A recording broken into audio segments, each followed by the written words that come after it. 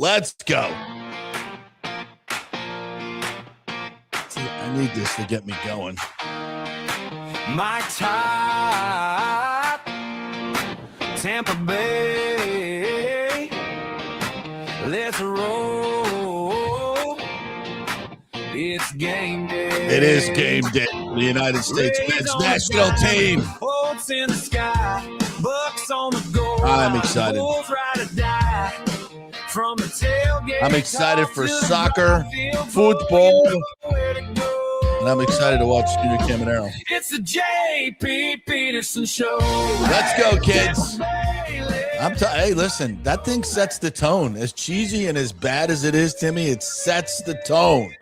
So let's freaking go. How are you, kids? It's a hump day. Sent a bad message is what it sends. It's a hump day, baby, and we are ready to roll here. We got lots to get to today. You know, it may be a dead calendar for some of you, but not for the folks here, not for the Petermans. We got lots to talk about today across all the Tampa Bay sports, the national sports, all that good stuff. And Timmy is here to help me out, and along with you, great Petermans who are going to comment through our Facebook pages, through our YouTube pages, through our Twitter, our X, wherever you guys want to do it. And let's get it rolling. How are you, Timmy? Hanging in there. You ain't as good as Junior Caminero. That's that. I got that. Not having the week that he's having, am I? Jiminy Christmas. Nobody this is. Guy's on fire and fuego. So we will talk all things Junior Caminero. Big O's going to join us for the last half hour. We're really going to dig into that. Is Johnny coming on today? Because we would have to. He's traveling. He is traveling. Okay. Yeah. He said like the Travelers last week. How about that finish? We didn't talk enough about that. Yeah. That finish at the Travelers. That was kind of cool. Screw Scotty. Screw Scotty Scheffler. Yeah. You imagine he's got to stay overnight. That's Scotty Scheffler. Totally F up their schedules. I feel so bad. You know, you got to call the jet pilot, jet chauffeur, and everybody. And it's, oh my God. Well, I'll tell you what made that win horrible for Victor Hovland so massively incredible. It's not necessarily that he beat Scotty. You know, Scotty makes the birdie on 18, final hole of the tournament to hit the tie to set up the playoff. Because of the weather delay on Sunday, they had to wait until Monday for the playoff. Yeah. So Victor Hovland had to sleep all night long knowing Scotty birdied 18 to catch him, knowing Scotty's red hot, sleeping on the fact that I'm about to go into a playoff with the world number one who's on fire this year. I know he's got just one win, but he's got like 20 top tens. He had like 9 top fives, including like the last 2 or 3 tournaments. He's in it every week. He's on fire. Putts dropping. Right. And Victor Hovland had to sleep on that. Yeah. And overnight, show up, collect his nerves, and then Scotty's the one that misses a 3-foot putt. Yeah. You know what, though? Having, limited access to Victor Hovland through his win here, we get to talk to him a little bit and, get to know him, watch him. I watch him play down the stretch, and that dude doesn't flinch. No. I don't think he really cares about any of that shit you just talked about. Yeah. I think he just gets up in the morning, has an Egg McMuffin, and, just goes on out there and just sticks every iron shot that he looks at. He's a freaking machine. I could see Hovland, to me, I don't want to say he doesn't take it seriously because, I think his demeanor is very helpful, but he's kind of flippant about the whole thing. Like when he won here at Valspar, he's like, yeah, my game was in the dumper. And he had missed, I think, 4 cuts before he won at the Valspar. Right. He's like, yeah, I have no idea where it's going. And then he hits 4 of the greatest iron shots I've seen coming in through the snake pit and brings it home. And the guy just seems to be oblivious to pressure. Yeah. And even on 18 the other day, he just steps right up and just sticks it. He's good player. It's funny because he's a guy that's constantly tweaking and messing with his game. Like he's never just happy with his swing or with his equipment. He is always messing with stuff. I'm a big fan. I really like Victor Hovland. Yeah. And the whole Norway thing was a special. Was great. The flags everywhere. Yeah. That's fantastic. I really, I know we're going to get off because we do that here. We just get off kilter and start talking about shit. But this World Cup thing has me so captivated. And it's not, I was thinking about this last night. It's not just about the sport. It's about a reawakening of our love for sports, to be quite honest. These other fan bases have come in and almost collegiately, shown us their unbelievable traditions and wonder. We do this in college football. That's why college football is the best sport. The traditions that we have are very similar to the national traditions that have gone viral on so many levels. The Darton Army, the Norway Row, all the different things that these different fan bases do.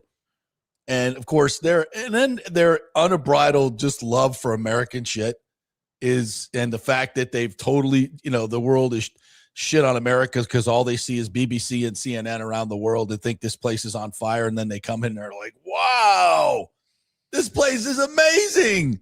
You get free refills with ice. What the fuck? What? Yeah. You serve barbecued ribs that are bigger than my head? Yep, that's what we do in Texas. Yes, we do. And it's all the shit we take for granted, Timmy. But we live it every day. Yeah. We just see it every day. It's no big deal to us. Yeah. Yeah. But it should, and when people listen, I don't want to get into a long diatribe about this, but I do, there is this whole disconnect between, my generation, the boomer generations, and the generations that have come after it, and how easy it was for us. Not true, right. But how hard it is for them. True. They're dealing with a lot of shit, and I don't deny that. But I do think in some ways they're missing the opportunity. There's still a shit ton of opportunity in this country to be able to live your dreams and do what you want to do. And that's not the case around the world. It's just not. And that's why when people come here, they're just like, oh my God, no wonder everybody wants to live here. Yeah. Even though we have lots of issues, and there are people that are trying to tear up this American culture that we have, through 250 years of struggle with that. We have, far from perfect. That's for damn sure. But I think we've, for the most part, gotten it right. We've made a lot of mistakes, but we've gotten a lot of it right. And we're on the precipice now of fighting for this way of life. It's either you want to go and be a democratic socialist country, which is what a lot of these young folks have been indoctrinated in over the past 20, 30 years in our schools, that believe socialism and communism is a good thing and that you could, quote, share the wealth. It doesn't work that way. Ideologically, I get it. It sounds good. Humans don't work that way. If they don't have to work or they're not incentivized, they will sit on their ass and collect checks. That's just the way it works.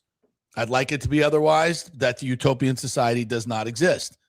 Humans have to be incentivized, and that's what capitalism has proven. Has capitalism gone awry in many ways? Yes, it has. We got to rein it in, no question about it. But that's what this Constitution is supposed to be able to do, be malleable. And when times change and things change, that we can change with them, tweaking it, not throwing it out the window like many folks want to do right now. So but this, I think this sports again has kind of opened our eyes to a lot of things that are going on culturally, and it can always serve as, a great inspiration and a roadmap to how to get things done. And I think what this World Cup has showed us, that we've lost a lot of gratitude for our way of life and our freedoms. And we need to get that back. And we need to understand why we got them, how we got them, and how to protect them. Because a lot of shit's gone wrong in Europe and all over the world. And we can't get to that level. We're close. But if there's one thing that this is, and by the way, this is not right or left, it's way more center than anything. We got to get back to the center and stop dealing in the fringe, because that's where 80% of the people are. Yeah. Most of us want the same things. We differ on the way to get them, but we have now almost totally abdicated all political discourse, respectful discourse, for violence and disrespect. Every time I turn on a Senate hearing where we need to get some information, all it is people grandstanding on both sides, yelling and screaming, being disrespectful to each other. It's an embarrassment. That's not the way these hearings are supposed to go. But now it's just all the freaking doors have been ripped off and anything goes. And it's disgusting on both sides. So I don't know how we fix it. But I know this. We don't rip up the Constitution. That's not the way to do it. We got to work within the frame and get some honesty and integrity, morality back in it, and stop with all this Machiavellian bullshit, because that's not the way to get it done. And there are a lot of factors that go into it and a lot of outside forces that are trying to destroy our way of life here. Don't let it happen. Don't let it happen. Everybody wants to go scorched earth one way or the other. Yeah, I know. Yeah. And the ends justify the means. No, they don't. It's ridiculous. No, they don't. All right, back to Junior Caminero. Back to things that really fucking matter, Timmy. Hitting baseballs out of the yard. That's what really matters. I say that tongue in cheek because sports is such a great escape to our everyday lives. And watching Junior Caminero play baseball right now is just as good as it gets for me.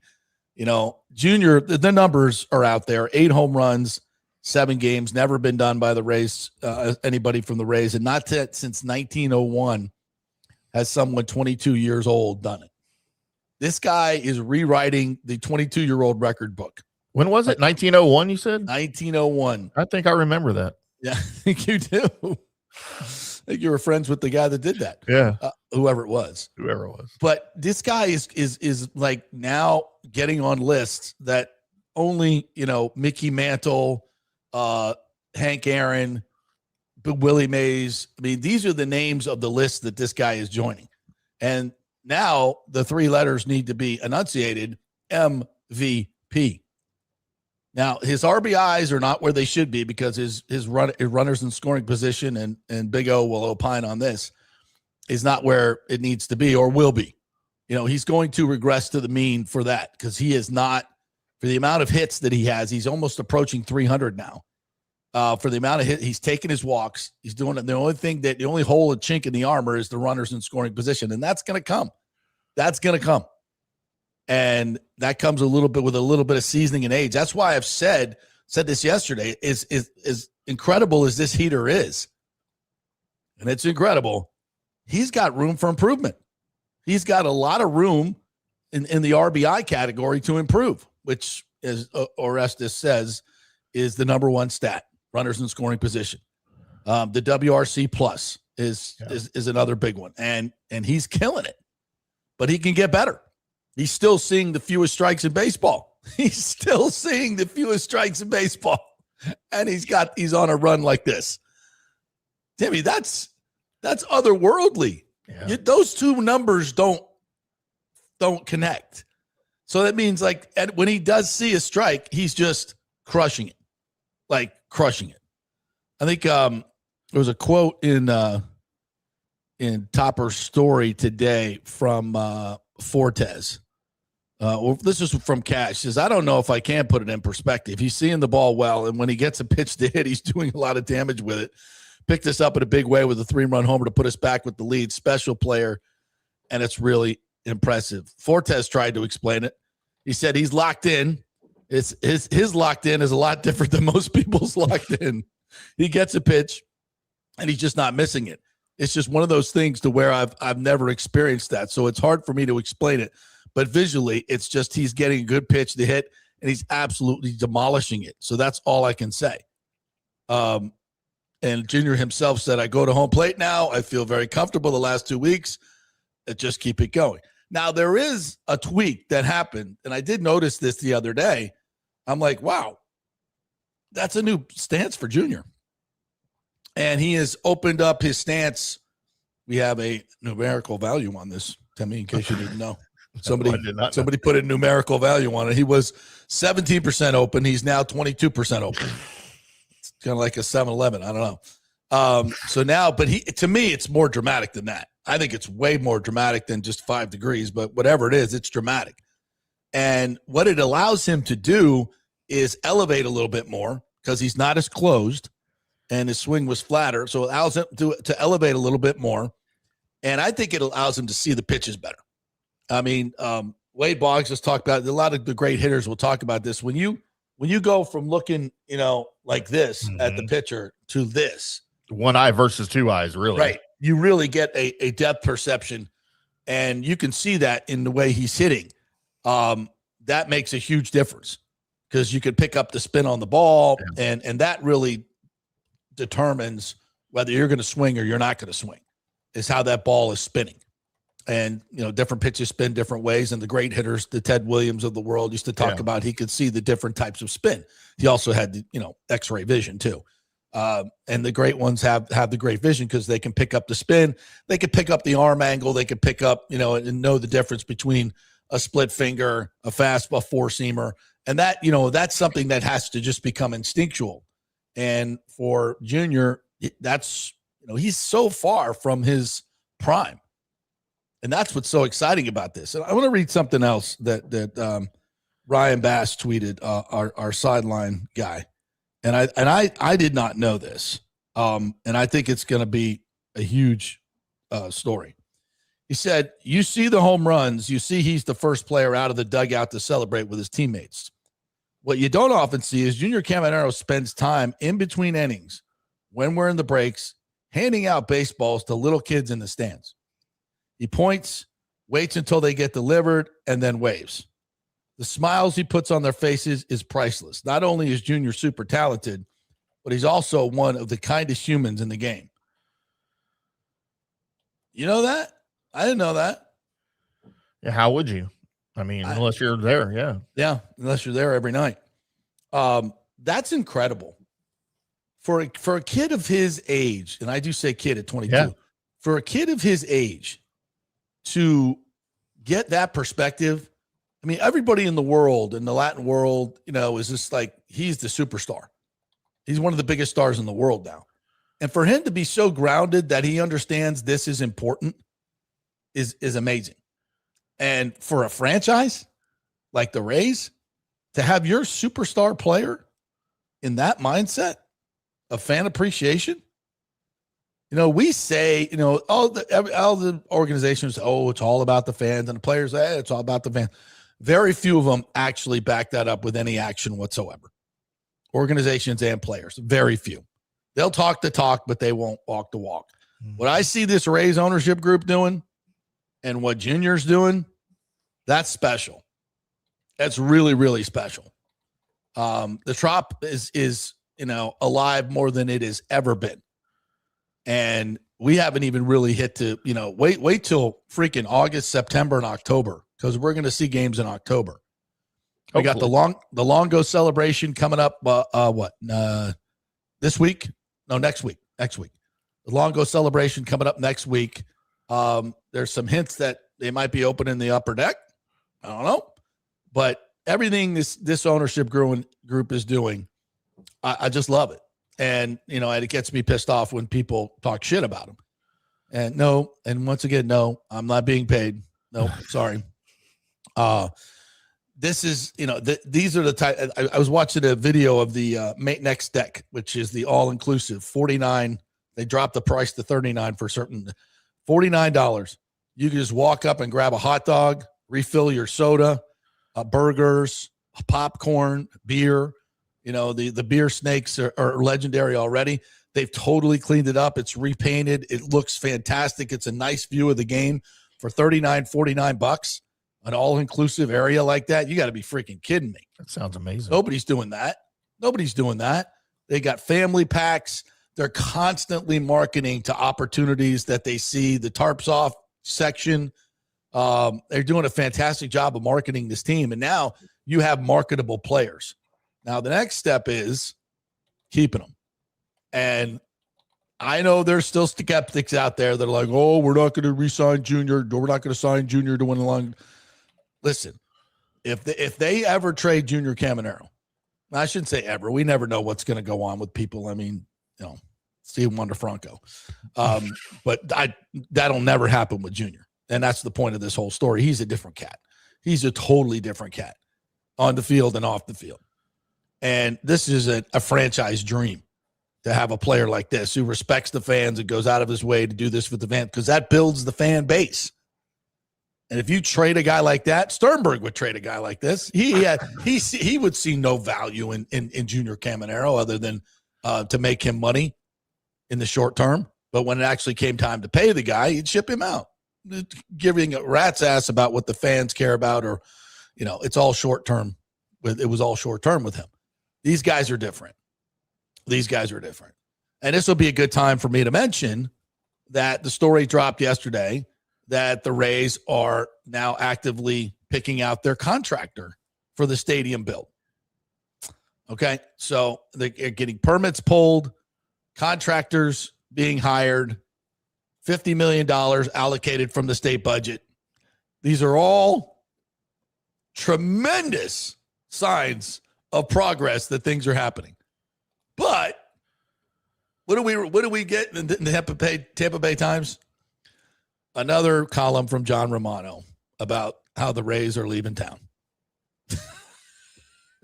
Our hometown columnist once again stepping up with the article that everybody wants to read. Where are the Rays going when the deal in Tampa falls?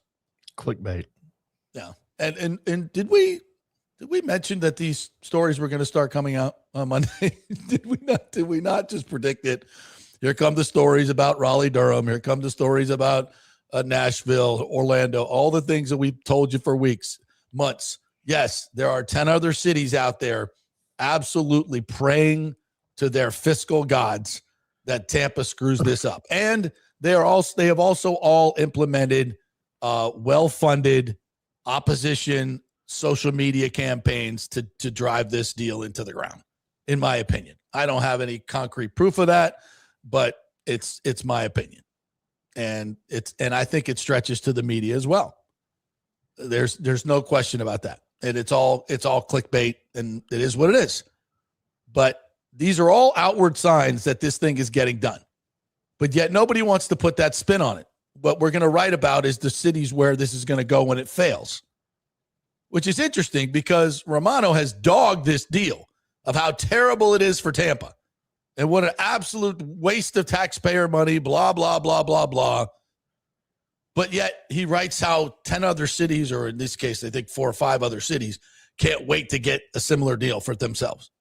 Well, that seems like a little bit of a contradiction, doesn't it? Sucks for Tampa. Be terrible for you. Should never pass, won't pass. But these other cities, the Rays, they want the Rays. Yeah, the North Carolina legislature is going to allocate $1.7 billion to build a stadium. Yeah, that's a great idea. Look at them. Look what they're doing. Oh, Tampa? Oh, terrible idea. Terrible idea. Oh, my God. How could you possibly think moving a college? How could you possibly do that? Yeah, interesting.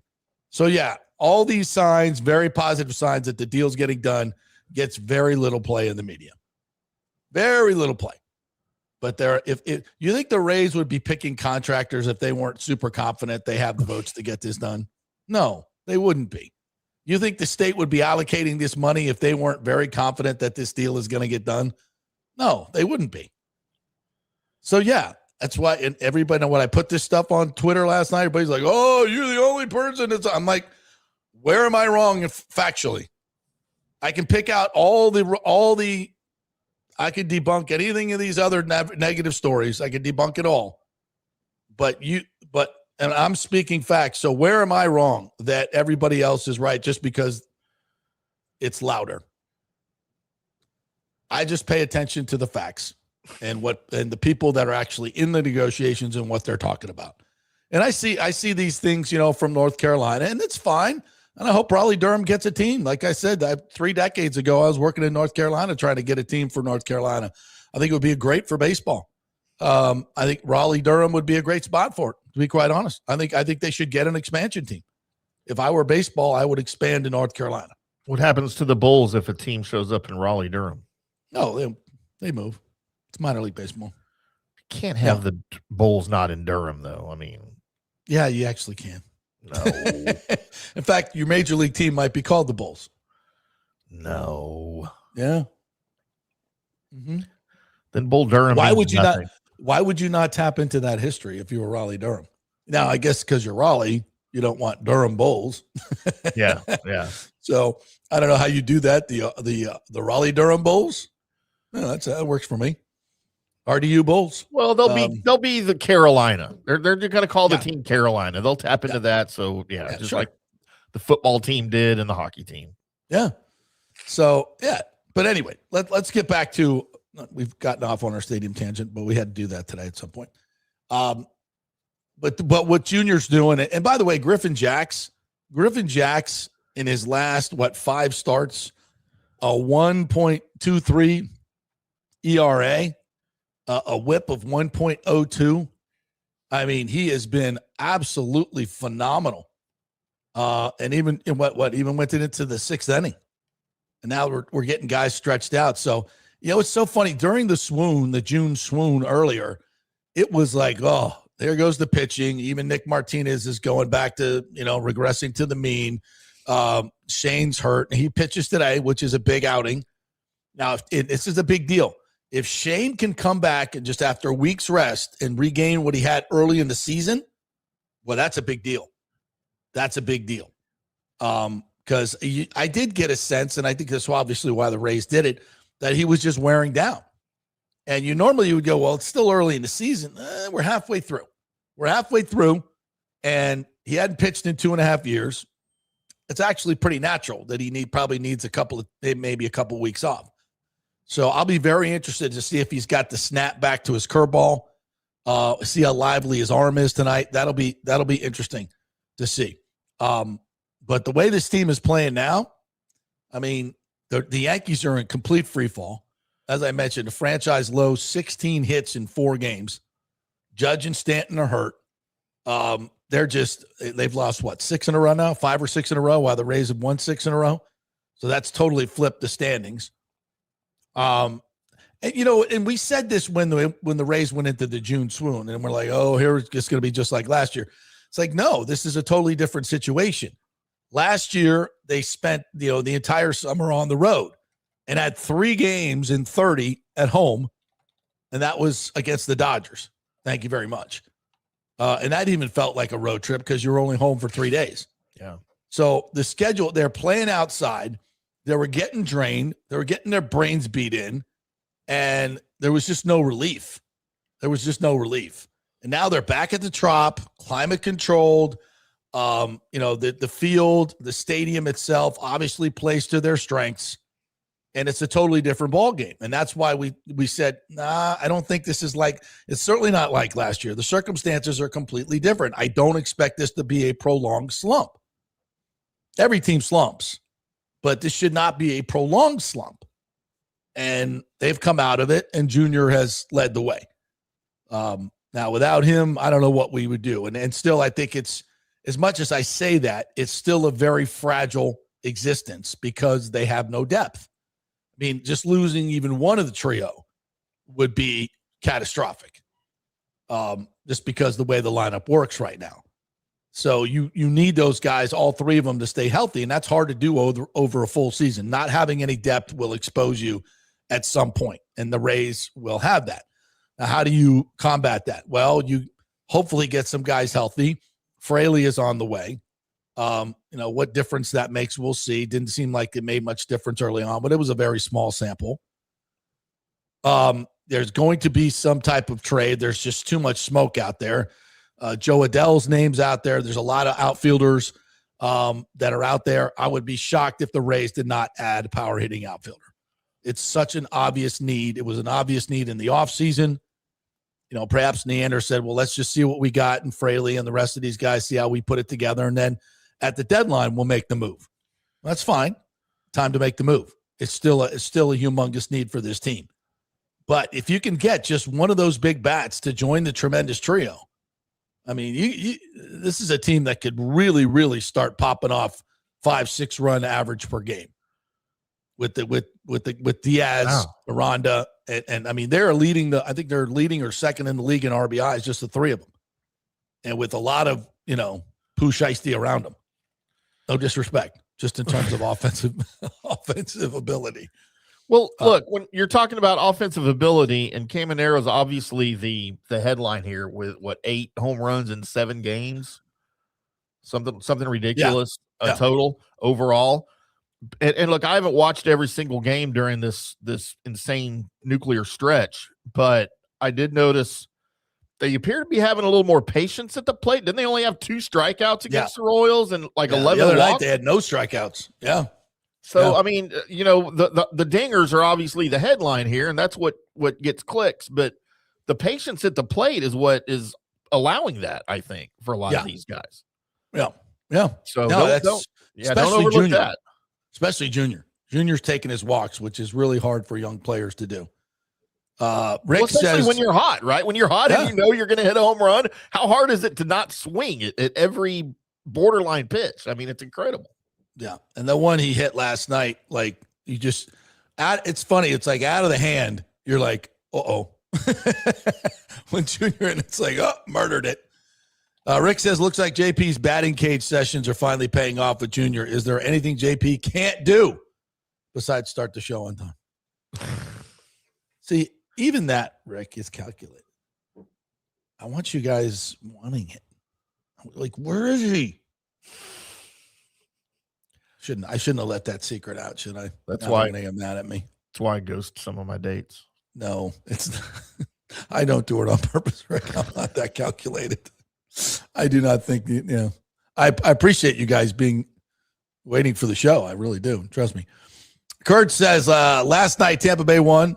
Yankees, Boston, Baltimore, Toronto, all lost. I'll buy that.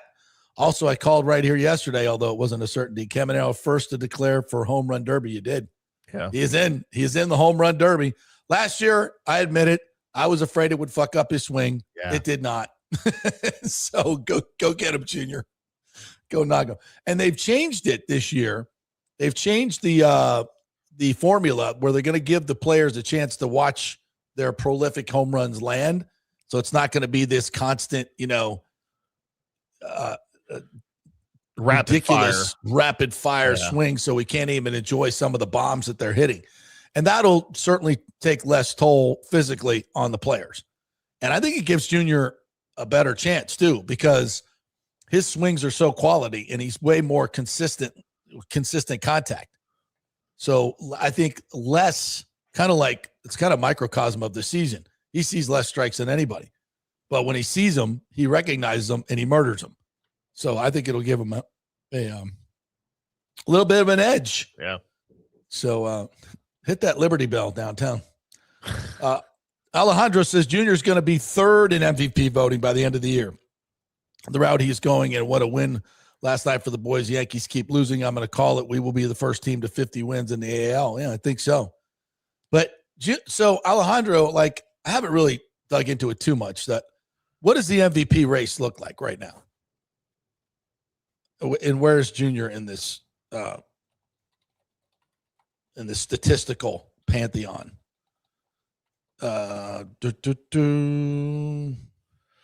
See if I can find something here. Yeah. I know he's not leading. Obviously Shohei with his duel, that's hard. Obviously, he's going to be over in the NL. Yeah, he'll be sure leading pretty much every year while he's relevant. But yeah, and he should. But in the American League, Yordan Alvarez is the favorite at minus 155. He's got what, 25 home runs? 311 average, 25 home runs, 56 RBIs, 58 runs scored, 426 OBP, and a 1.039 OPS. Yeah, Junior's in the neighborhood. He's lurking. Third. So Nick Kurtz at plus 250. Yeah.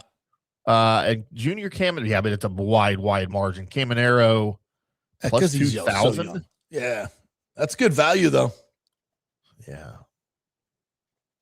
Because just think about it. If one of those two guys gets hurt and then the other guy slumps and Junior continues, that's great value at plus 2,000. Yeah. Oh, I'm getting down on that today. We'll get down on that. That's Aaron Judge now, obviously out of the conversation with his injury, so that's also good for guys like Ben Rice. Yeah. Rick says of our new theme, open theme, cheesy and bad sets the tone. That sounds about right for this show. Perfect, right? Yeah. You guys are welcome to produce one on your own if you'd like.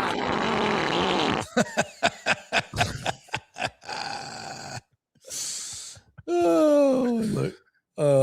Nathan Elliott says this is a live show. Yes, it is. Every day. Why is that a question, Nathan? Why is it not? Why would it not be taped live? replay? What are you talking about, Nathan? Are you drunk again? Wish I was. Yeah. Danny Boy says, speaking of the World Cup tonight, USMNT takes care of business versus Bosnia. I didn't know this. Everybody's telling me that Bosnia is pretty good. They're ranked. What about Herzegovina? That's what I want to know. Yeah, they must be dragging them down. Because they're ranked like 52nd in FIFA rankings. And we're ranked like 13th. America shouldn't even is? be, yeah, 13th wow. or maybe 17th. Anyway, we're in the top 20, maybe even top 15, and now maybe higher. But like this shouldn't even be a contest. But then, look at Ivory Coast and Morocco, and already we've had a lot of interesting outcomes. I went to bed last night because Mexico started late with the Lightning. Did they end up winning that? They were up 2-0. They were just destroying them. Yeah, Mexico won. Yeah. That was quite the freaking atmosphere last night. Holy shit. Our man Greg Wolf is down there doing the emceeing in Stadium Azteca. Man, when they scored, holy crap. That was a seismic eruption. That and Mexico looks good, but once they get out of home base, we'll see what happens. Kurt says, how about my Norwegians, red, white, and blue? Yeah, baby. Yeah. What is he saying? This is sounding like a replay. What the hell are you talking about? I don't know what you're talking about. Talking about, Nathan. Because we talk about the same stuff every day. Well, that's kind of the point. Rick says, I'm slobbering all over soccer again. He'll forget about it come training camp. Yes, I will. Yeah, I will. Absolutely, 100%. As soon as real sports start up again, it's out of our mind. I've totally have copped to the fact that we do this once every 4 years, and it's super fun, and I'm into it, and I love it. Can we not do that? And then we get back to normal in football, the other football. Now, why was that? Is that a negative? Just saying. All right, let's do the break thing here. We are brought to you by the great folks at the Gold and Diamond Source. Today is the last day for the super patriotic We Love America 250-year birthday Gold and Diamond Source gift card match. That's right. We are celebrating the 250th birthday of this great nation and those great patriots that are Julie and Steve Weintraub, much like George Washington and Betsy Ross. They are coming. They are coming forward with this patriotic venture. Buy $1,000 gift card, get $1,000 gift card for free. That's right, $1,000 gift card match. You can do $500, you can do $200, you can do $50 if you want, but up to $1,000, and that's ends today. So get your ass in there for July 4th. They will be open July 4th, by the way, for all your fireworks shopping. Oh, no fireworks there. Just diamonds and gold.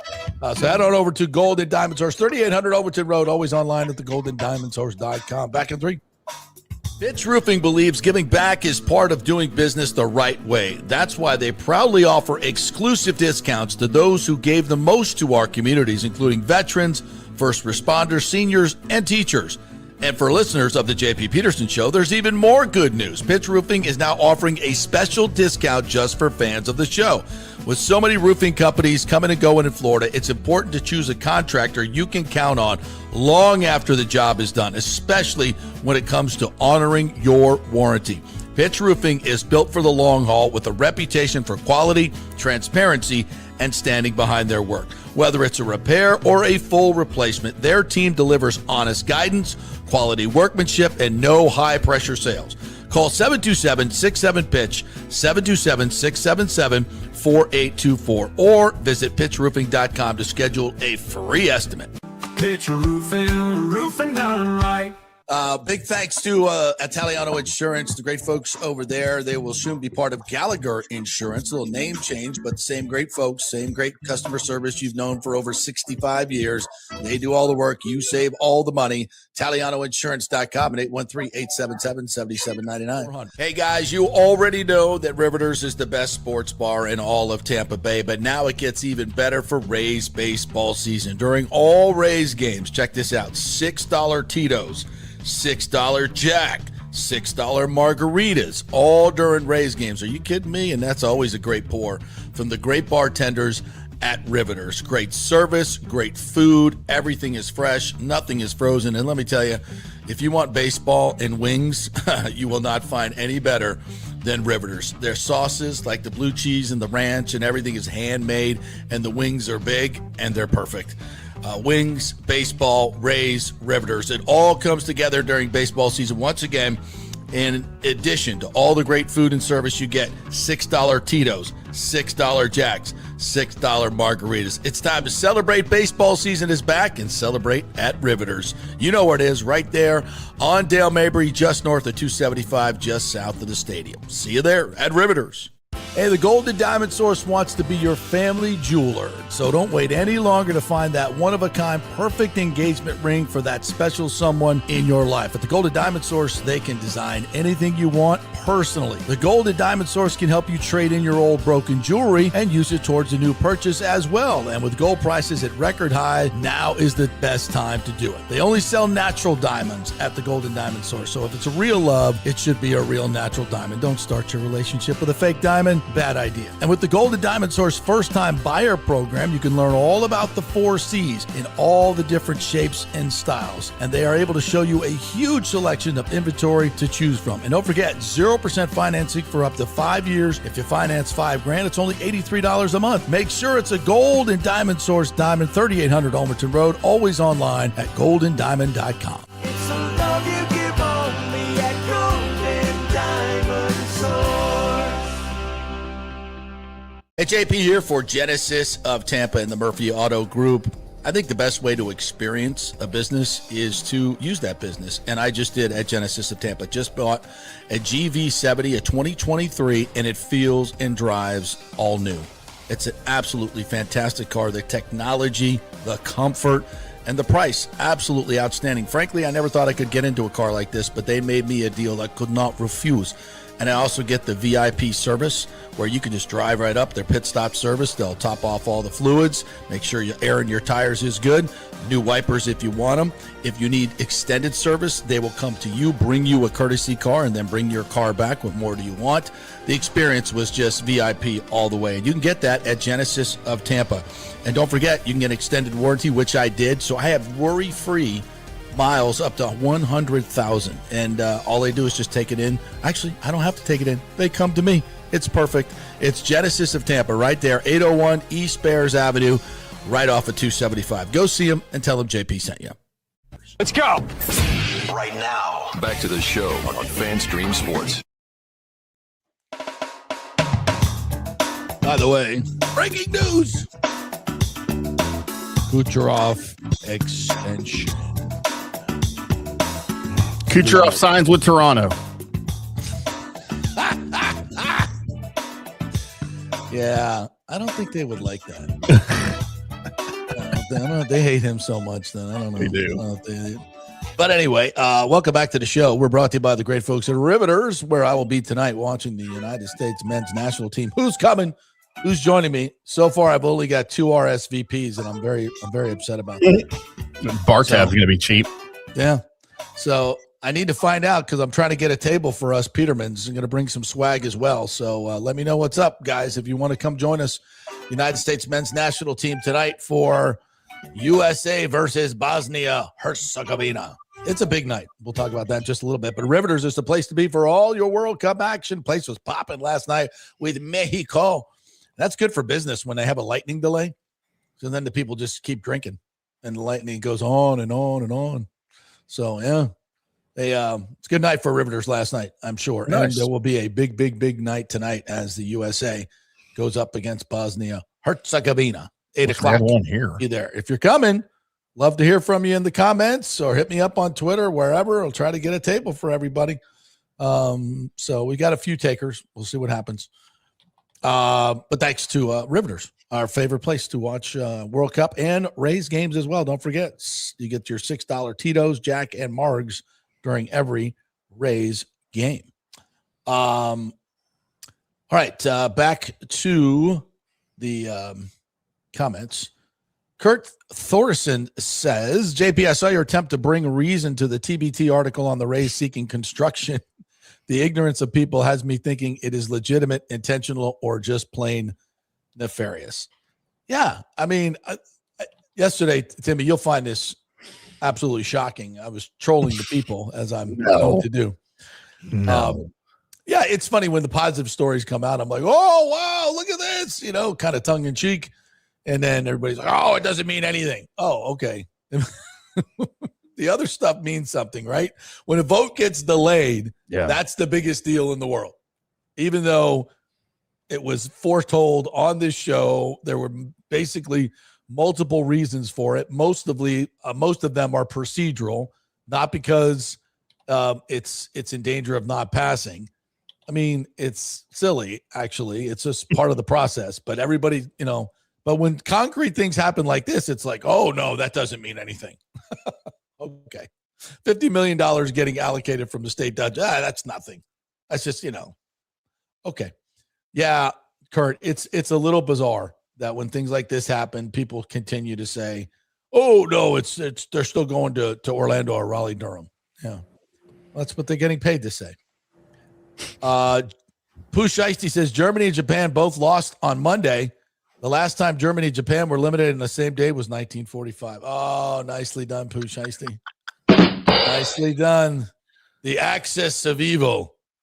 Yeah. No longer. Thank God. Thanks to the greatest generation. By the way, have I done my film review of Pressure? I don't think I have. We saw it over the weekend. Oh, did you see? I can't wait to see that. Oh, yeah. I can't wait. I spent $20 at home to watch that sucker. Oh, you can see it at home now? Yeah. Yeah. You can rent it for $20, buy it for $25. I was going to buy. I should have bought it. After. Okay. So I have a question about that. When you buy a movie online, where does it go? Where do you go see it if I buy it? What do I plug in? Where do I put the tape in? If you buy it, I guess it sits in wherever you bought it, your stash there. If you buy it, I would have no idea where to find that. Like we rented it on Prime. So right, Amazon I do that Prime all the time. Yeah. Yeah. It'll sit in your Amazon Prime. You own this film folder. You can watch it anytime without any charge. I might have movies that I bought. I have no idea they're even there. I don't know how to watch. That's probably where they are. So yeah, I'll give you 2 minutes on it. Great film. Really, really good film. Incredibly acted.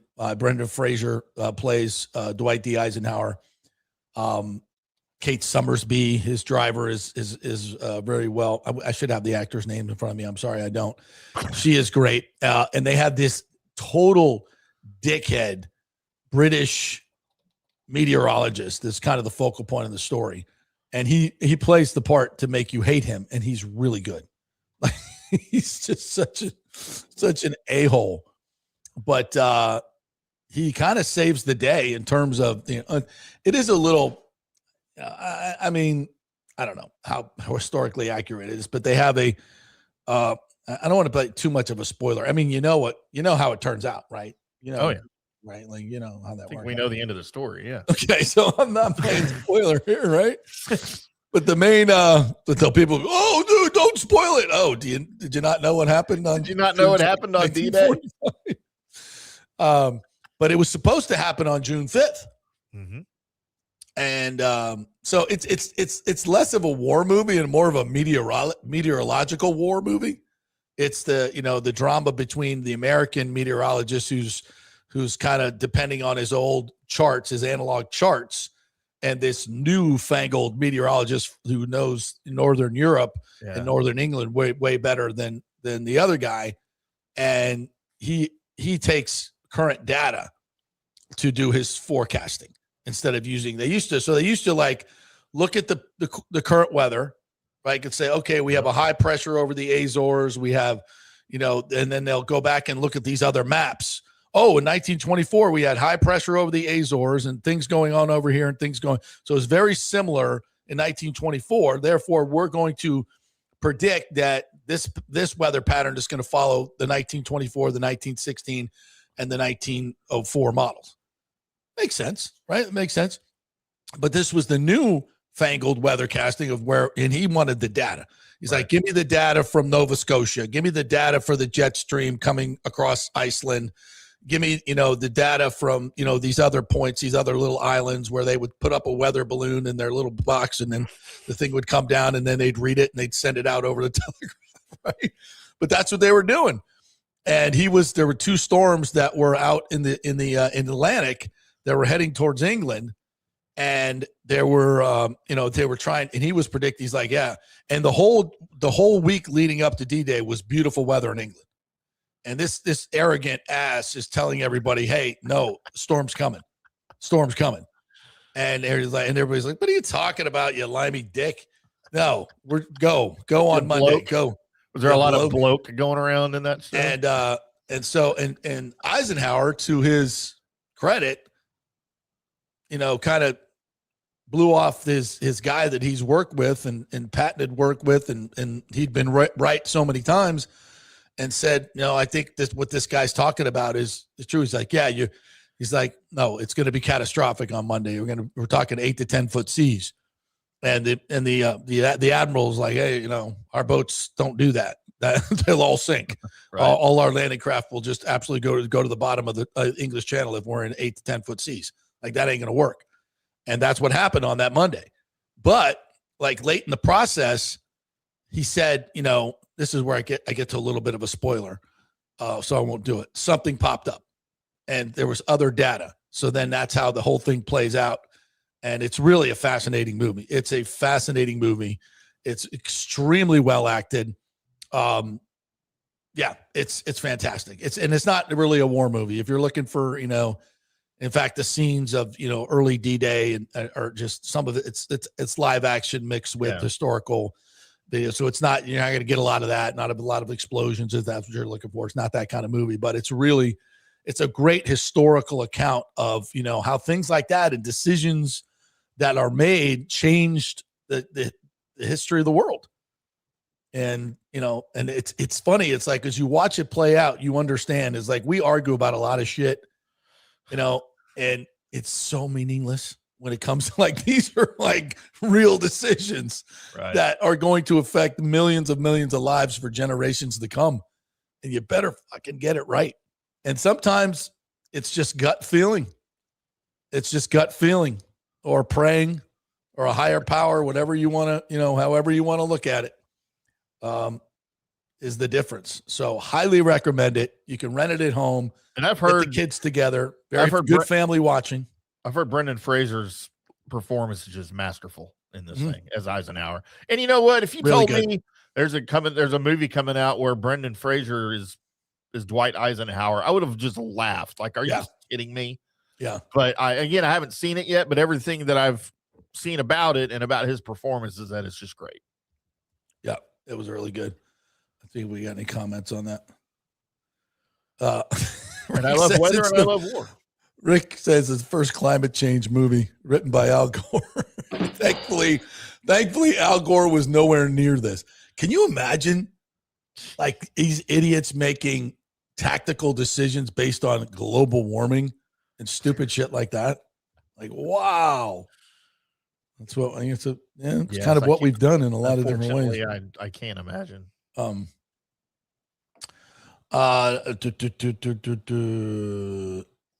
All right.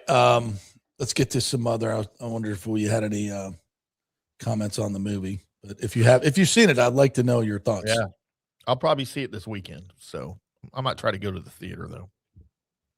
All right. I'm getting mad at Nathan. I'm not going to put his stuff up anymore. Is he still accusing us of being recorded? Yeah. And as Right Brain says, he's getting nicer after we admonished him yesterday. It said, and his English is getting better, Juniors. Yeah. I love the fact that he's making the effort to do all of his interviews in English. That's a big deal. It's a really big deal. Rick says Charlie Moreno was the bat boy for that 22-year-old from 1901. Kurt says, happy Bobby Bonilla Day, $1.19 million every July 1st till 2035. Yes, the greatest contract in history. How much money do you think he has in his bank account right now? I don't know. My good buddy Joe McEwen played with Bobby Bonilla, knows him. We got to get old Bobby on the show. Yeah. He's remembered now for this contract. Yeah, every day. We celebrate it every year. He was a hell of a player in his day. He was a really good player. Ice Cube Jones says, pay that kid whatever it takes to keep him here forever. Speaking of Junior, good person, great player. He can be the face of the team, even put another good bat behind the big three and give them some protection. Yeah. You imagine what Junior would be like with actual protection in the lineup? Holy shit. And don't discount the learning to speak English better thing, because we had a situation here with the Rangers. Probably some catcher you guys never heard of before named Pudge Rodriguez. What? Who was the he won a couple of rings. He won one in Miami, from what I recall. Yeah, he won a ring. He did. Yeah. Hell of a player. Player. Absolutely one of my favorite Rangers. I think I've told the story on the show. Not a great person in real life when I had an interaction with him. But really? Accused me of stealing $10,000 from him. We'll tell that story. That would ruin your day. We'll tell that story later. I was a bartender at the time. He was a customer. Anyway, so, he was the face of the franchise in the 90s. He caught Nolan Ryan as a rookie, as a 19-year-old rookie, and then just became the face of the franchise. Awesome catcher defensively, throwing everybody out that you couldn't believe. And he was almost unmarketable because he couldn't speak English. Yeah. And then he learned English a little bit, but it was so broken that he was a tough interview. Just you really couldn't use sound bites because he never tried to fix it. He never tried to improve his English to get marketable. And until after he retired, now he's somewhat understandable because, he tried to go on TV. The Rangers tried to use him on their broadcasts. He's in the Hall of Fame, obviously, and all of this stuff. And you can't market a guy like that. And you make yourself so much more money and so much more appealing to the fans when you're able to communicate and they can listen to your voice and you can interact, and I think that's a huge part of that. And Junior's probably figuring that out, and he's young and he's got time to do it and figure it out. And that's going to be huge for his career later in life. Yeah, I totally agree. And the joy of which he played the game. And, Alex Nunn says here, more importantly, he's cleaned up his defense too. He's a fucking stud. Alex had some issues, as did I, with some of his histrionics in the home run trot early in the season. Sure. It wasn't a big thing, but I thought, and we talked about it with Big O. Obviously his perspective way better than mine. And even he said, he goes, yeah, we probably need to tone that down a little bit. And you know what he did? He toned it down. Good. It wasn't a big deal. I think probably somebody came to him, a veteran, and said, we love your joy for the game, but can we tone it down a little bit? And he did. Jerk. And it wasn't a big deal, right? And then, as far as his defense, and he was cutting off balls to the shortstop, Taylor Walls, and just doing. He's just so over exuberant. Yeah. He was the Jameis Winston of baseball. He just wanted to make a play on everything he could get near. He had to affect it. He had to do something. He's like a showman, but not in a bad way. And Jameis is the same way. It's never like, oh, well, look at me. It's almost like, oh, please look at me. It's like he's not trying to, hog the ball, but he's just trying to, he just wants to be in the middle of everything, and he wants to make everybody happy. And, sometimes that can be to your detriment. You got to let the other guys play. And, Jameis really never learned that. He wanted to make everybody happy, including the other team, which he did often. Pooh Shiesty says that Matenex deck and the tarps off section at the slop are the most exciting sections in all of sports. I don't know if I'll go that far, but they're damn good. And it's given life to the trop where it's never had it before. I mean, there is just I'm telling you, that place was a freaking mausoleum for 20 years for 70% of the games. And now even the Royals series and the Twins series, like, people show up and have a good time. And there's life out there. as predicted on this show, by the way. And, Babby talked about when he was on the show a few weeks ago, opening the upper deck. I mean, that was almost a promise that it's going to happen. Mm-hmm. So, yep. And that's, I think Babby he's very calculated. Mm-hmm. He knows the things that he's going to do, but he doesn't want to talk about them. He doesn't want to come off as, he is the king of under promising and over delivering. Sure. That is his deal. And you don't have to talk about a lot. He just goes ahead and does it and lets it speak for itself. That's smart business. It's smart business. It's good business. He's a smart guy. He is a very, very intelligent, emotional intelligence off the charts, can really read the room and has great discipline. Like he sat in that city council chambers when I was in there. Yeah. And that, try not to name call, Charlie Miranda shook his finger and looked down at him and waved the paper and said, "Is this their best offer you got? Is this your best offer? You better go back to the drawing board." And he just sat there. He's probably still amazed at paper because he was there when it was invented. Shocked they didn't call it papyrus. But I mean, I would have lost my shit on that dude. I would have said, can I speak, Mr. Chairman? And then just eviscerate Charlie Miranda. But Babby's, he just sat there, smiled, and just, that's hard to do. That's incredible discipline at the plate right there, Mr. Babby. Yeah. That was really good discipline because I'd have charged the mound. I would have charged the mound, no question. He just took his walk, went to first base, Red said, Sox game. and just basically, I'll be back. I'll be back. Didn't say it out loud. And that's impressive. I'm very impressed.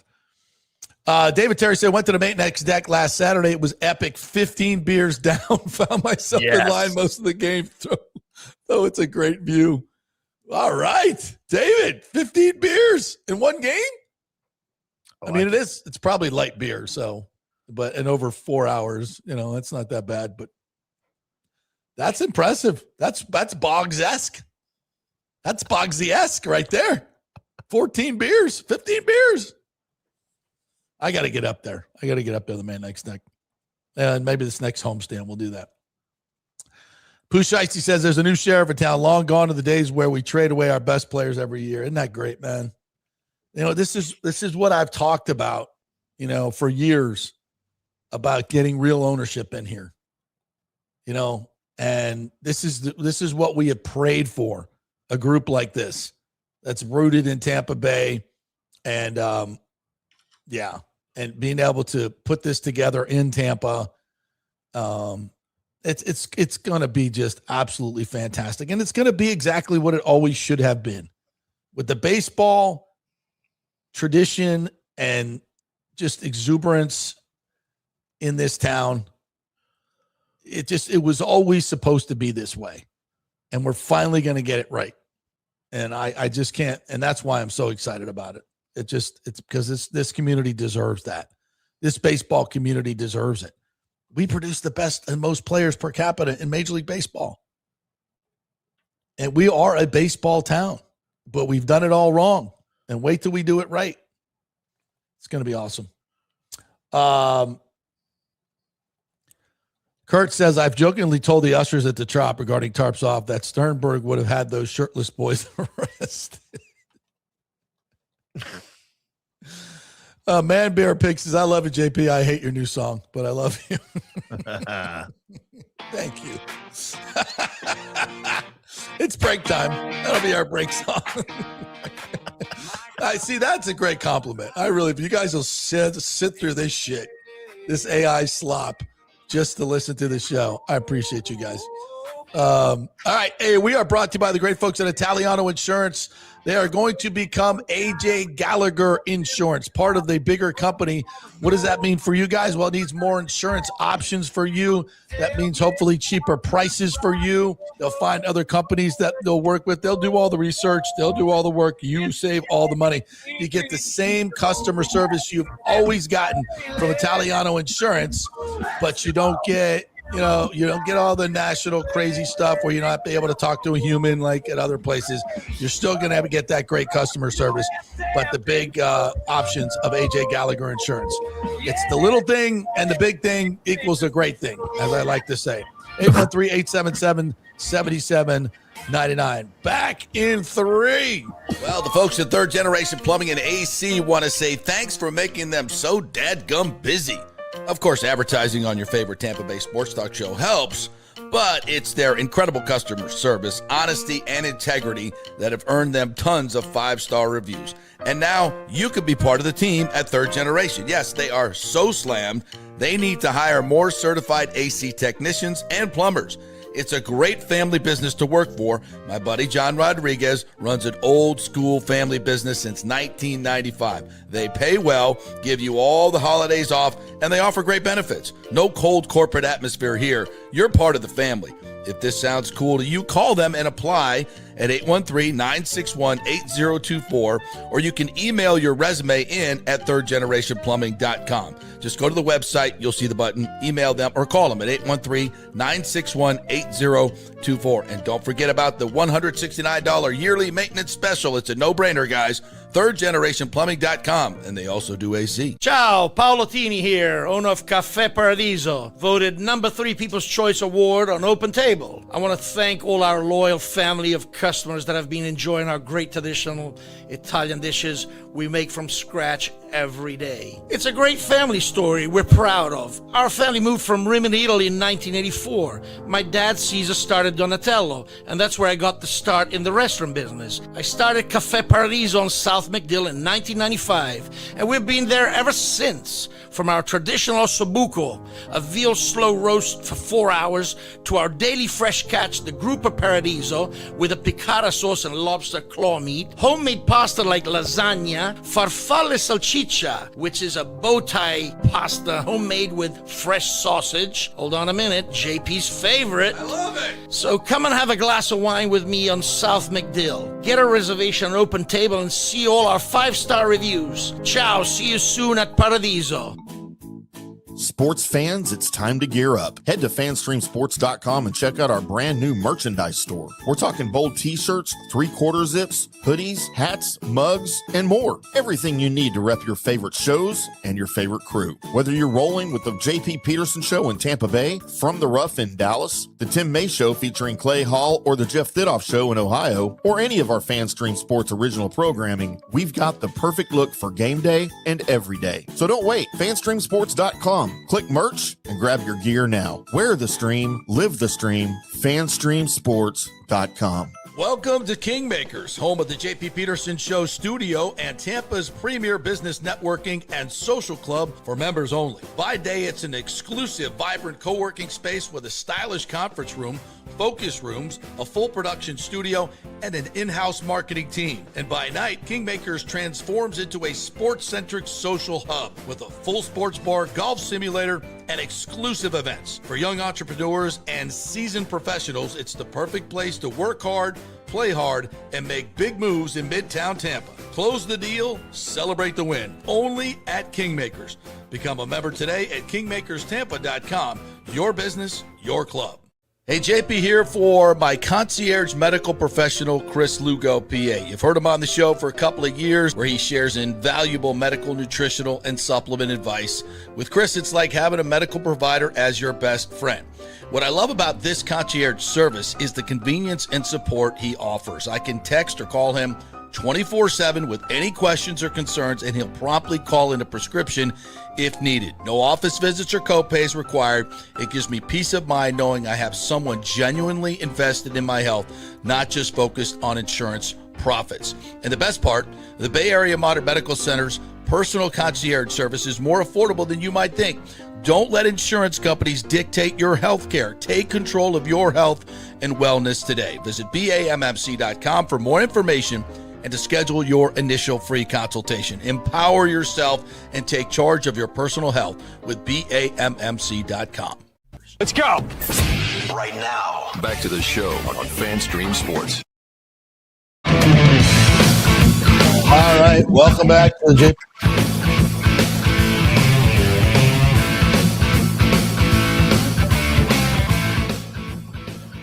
We lost your audio. We lost your audio. There you go. There we go. Sorry, I was listening to some interesting stuff on the and during the break. Going down the rabbit hole as I want to do. Big O's going to join us here in a little bit, talk to some more Rays baseball. So I want to get to some other things here, specifically your Tampa Bay Lightning. Welcome back to the show, by the way. Brought to you by the great folks at Genesis of Tampa. If you buy a car in July, you will not make payments for 90 days. 90 days, kids. That's a long time not to make a car payment. What can you do with that money? You can pay off some other credit cards, get rid of that interest, right? So that's a pretty good deal. If you're in the market for a new car, this is a great time to get her done at Genesis of Tampa. Not only will they make you a great deal and give you tons of money, $250 extra on your trade-in because of the 250th birthday, you'll get a great deal. You won't have payments for 3 months, and you will get a fantastic car. The Genesis GV70, of which I drive and now owner, is absolutely phenomenal. The performance, the luxury, the feel, the ride of that car is absolutely premium SUV where you pay $150,000 for, but you don't pay that. No, you don't. I got my 2023 for low 30s. Low 30s. That's it. It's phenomenal. And that's with, what, 11,000 on my trade-in, 11, 12,000 on my trade-in on a car is worth about 8. So that's a good freaking deal. That's a really good freaking deal. Yeah. And they're making great deals at Genesis of Tampa. They're a newer dealership, so they want to get their customers, want to get you into their great service and all those things. And if once you try them out, you're going to see this is the one. This is where I want to buy my cars. These are the folks I want to deal with. They're great, great folks, led by the great Mike Murphy of the Murphy Auto Group. Genesis of Tampa. Check them out. 801 East Bears Avenue, just off 275. All right. So, today is the day free agency starts for the NHL. Julien Brisebois, Lightning GM, has called this maybe the worst free agent class he's ever seen. He said it a lot more diplomatically. He said it's slim pickings. He didn't say it's the worst class ever because that would be insulting to some players out there. Right.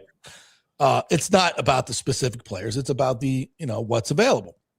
But there's a lot of big time players that are asking for trades. One of them, obviously, Zach Werenski, Blue Jackets defenseman, the exact guy that they really, really need. But what does that look like in terms of a trade? Now they're $13 million under the salary cap, which is insane. You could probably combine the salary cap available for the last 7 years, and it might not reach 13 million. So they've got a lot of opportunity here. And there's a lot of players that want to come play in Tampa, obviously. So, and this is when I said there would be significant change from the Lightning. This is what I meant. They're going to be able to bring in one, maybe two big time players. And that can certainly tip a team that is this good already.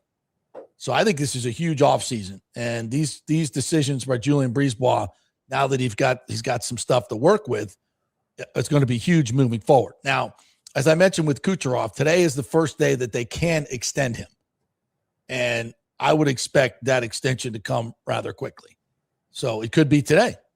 And if it's so right now, Kucherov's making 9.5. As a Hart Trophy winner, what's he worth?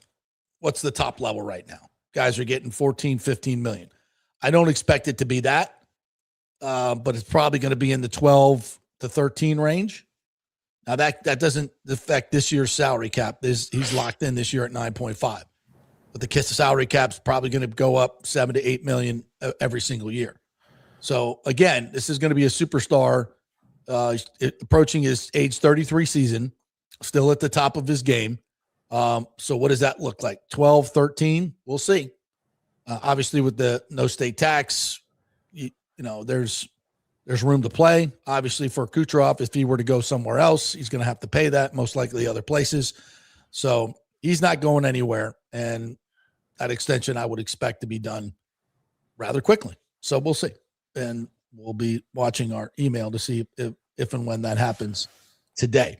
They need a right-hand shot defenseman. We talked about this with Brian Engblom last week and Eric Erlinson as well. They need a right-handed shot on the power play. So I think those are the two things that they're really going to be looking at. And as they do go through their development camp, Sam O'Reilly is here. He is obviously making an impact already. There's also Jack Pridham, who he played with in juniors. They've been playing together. And now O'Reilly could be a guy who makes this team out of camp this year. And he could be a guy that really, great two-way player. He's, I think, kind of an Anthony Cirelli comp with probably better offensive skills at an earlier age, but a really, really good player. And he could be a difference maker in terms of a, third or fourth line guy at this upcoming season. So there's obviously Corey Perry and Bjorkstrand are gone. Bjorkstrand was a huge miss for JBB, but that happens. You hit some, you miss some. That was a miss. But I'm interested to see what this roster is going to look like when they head to training camp in 2 months. And the next few days will be very telling to what Brisebois is going to do. So let's see what happens. Let's see what happens with the Lightning. You got to keep up with the Panthers. Yeah. Apparently. Yeah. That Kachuk pairing. It's going to be bad news. That forecheck. That's going to be something to deal with. 6'4", 220. It's a lot of Kachuk. It's a lot of Kachuk. Nobody wants that much Kachuk. No, I don't need that much Kachuk. But we'd be silly to sit here and try to blow it off as meaningless because it ain't. They're and Barkov will be back. They'll be back at full strength. Yeah, if you're writing off the Panthers, that is quite silly of you to do. Bush Icy says Bull Durham is one of the all-time great sports movies. There's a lot of debate over best baseball movie. For me, it's Bull Durham for many reasons. What was the other option he said? He didn't give another option, but typically, you get Field of Dreams. Most people say Field of Dreams is the best, which is, I love Field of Dreams. You really got to buy into it though. And I think the first time I saw it, I just didn't buy into it, buy into the supernatural part of it. Right. You gotta really get into that. And so in subsequent watchings of it, I kind of did buy into it, and I loved it. The catch with your dad. Yep. That's a pretty big. That's the waterworks come every time at the end of that movie. That's a thing. That's a thing. So, but Bull Durham is just so minor league authentic and silly, and it just great acting. You may not be a Kevin Costner fan, but I think he was born to play that role. And Susan Sarandon, just absolutely perfect. Nuke Lelouch, Tim Robbins, so many good actors in that movie. And it's subtle humor, subtle stuff, sometimes not so subtle stuff, but just, I don't know, man. It's my personal favorite. So I'll tell you mine real quick. I'll try to off the top of my head. Major League is number one, and it's not close for anything else ahead of Major League. It's awesome. That's really numbers good. 1 through 10 on my list. Then probably Bull Durham is going to be number 2. And I'll tell you, I'll throw an old one at you. The Pride of the Yankees. Gary Cooper as Lou Gehrig. That's one of my favorites too. And I don't think I've ever seen that. It probably doesn't hold up very well if you've never seen it, but it's kind of nostalgic for me because I watched it with my dad when I was little. Okay. So but Gary, it's funny because Gary Cooper obviously did not bat left-handed, and they had to reverse the film when they were and put the number and everything in reverse on his uniform to film it. Okay. All right. A funny backstory of that. 8 Men Out. Another one of my all-time favorites. And then probably The Natural. I thought that was hokey. throw that up there. I was hokey. The hokey What ending. about the rookie? I would put the rookie up there. A rookie is Jim fantastic. Morris. Yeah. Yeah, because I did that story before the movie. And when I did that story, I was like, I think my first line in that movie or in my story was, Right. it seems like a Disney movie, but it's not. But it became one. And then more recently, probably 42. 42 was really good. Chadwick Boseman. Yeah, that one, obviously well after Bull Durham, but that is just for other reasons. It's just so important. Yeah. Man, yeah, that was really good. 42 was really the good. original Bad News Bears is probably up there. Oh my God. And then I would put That is so good. Tatum O'Neal, Walter Matthau. I put 61 up there, the Billy Crystal movie about Mickey Mantle and Roger Maris. I really enjoyed that. That's a well And then a movie everybody hates that I love because it's about my favorite baseball player ever, the Tommy Lee Jones Cobb. Yeah, I did see that. That was good. That was intense. Good, but a lot of people don't like it because of the Ty Cobb aspect, I guess. I don't know that they'd make a movie about Ty Cobb today, but true to life. Oh no, they would. Very true to life. Surprised they haven't remade it about 10 times. Right. Pooh Shiesty says, sorry, John Morgan, the Orlando dream is over. Yeah, he's moved on to creating a third party, which, by the way, I'm all for. Been for that for a long time. I think it's never been more needed than it is today. Now, instead of creating additional parties, but he's not the guy to lead it. Shouldn't we contract? Shouldn't we just have one party? We already do have one party, bro. That's the problem. Well, and you're not in it. The great George Carlin said. It's the other party. You're not in it. It's the other party. Yeah. I don't know. George Washington ran unopposed, and there was just one party. That's the last time that ever happened. You didn't have two parties when they started the country. Well, that was kind of a natural. George Washington never imagined that we'd have conflicting sides of our government, and so back then it was whoever wins is president and whoever comes second is vice president. That's how it was designed. And it's just not, obviously that wasn't sustainable. I don't think. No. Rick says, hey, Kurt, Stu would have collected all those shirts from the Tarps Off guys and sold them to the Goodwill store. He said, well, we sold the last tarp. Can't we sell these as well? That's good. That's an all-timer. Do the Rays try and get Mike Trout? Man, if we did the first day, he'd freaking break down. I don't know. It'd be fun, wouldn't it? If we get the Angels to eat most of that salary. I'm all for it. I mean, if he could stay healthy, that would be pretty good. What has he got? 17 home runs right now? 17 dingers? Put Mike Trout in the outfield right behind Junior Caminero. Ooh, Lordy. Rick says the Rays are lucky that Stu didn't sign Judge. He was never going to sign Judge or Freddie Freeman or anybody else they tell you they were after. That was never going to happen. Right. Michael LaRue says a reigning Norris Trophy winner Zach Werenski reportedly vetoed a trade to Dallas. Now it looks like it's down to Tampa Bay and Toronto. Yeah. Let's go. That would be huge. He wants to come to Tampa Bay. Let's make it happen. Should be easy. Stuff like that's always super simple. Well, now that we got cap room, sure makes it easier. Whew. Danny Boy says offense wins game in the regular seasons, but in October, pitching, good ABs and good defense, along with timely hitting, wins championships. Yeah, look, we don't need to get into this Rays team playoff, ready. It's not. It's just the lineup is way too thin. Nobody is. The lineup is way too thin, and this picture is going to look way different in August and September. The Yankees are going to go add bigly, and other teams are too.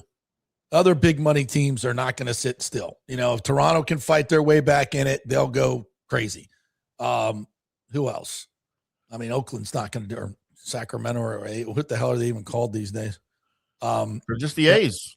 Just the A's. They're Yeah, not going to do anything from, adding big money people. But there'll be some other teams that might do it. So let's just figure it out.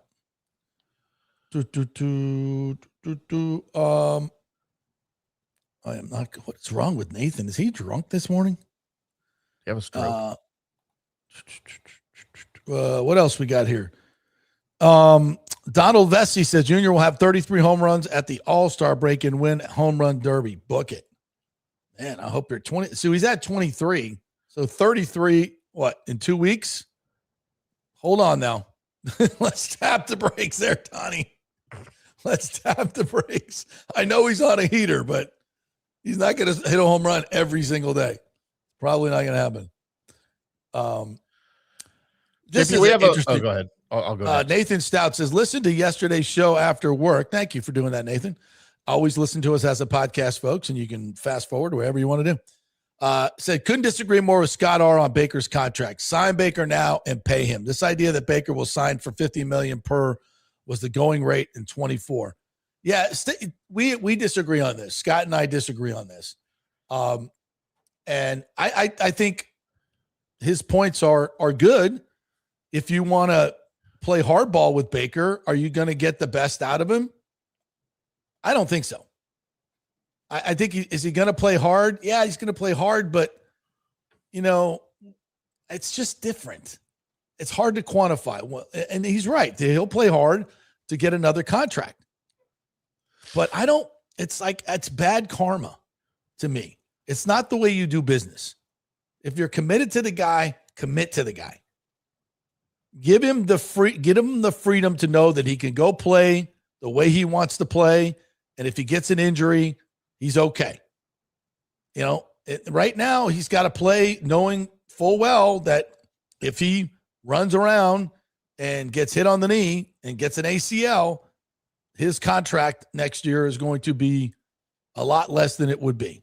And depending on the severity of the injury, you're pissing away $120, $30 million. Just commit to him.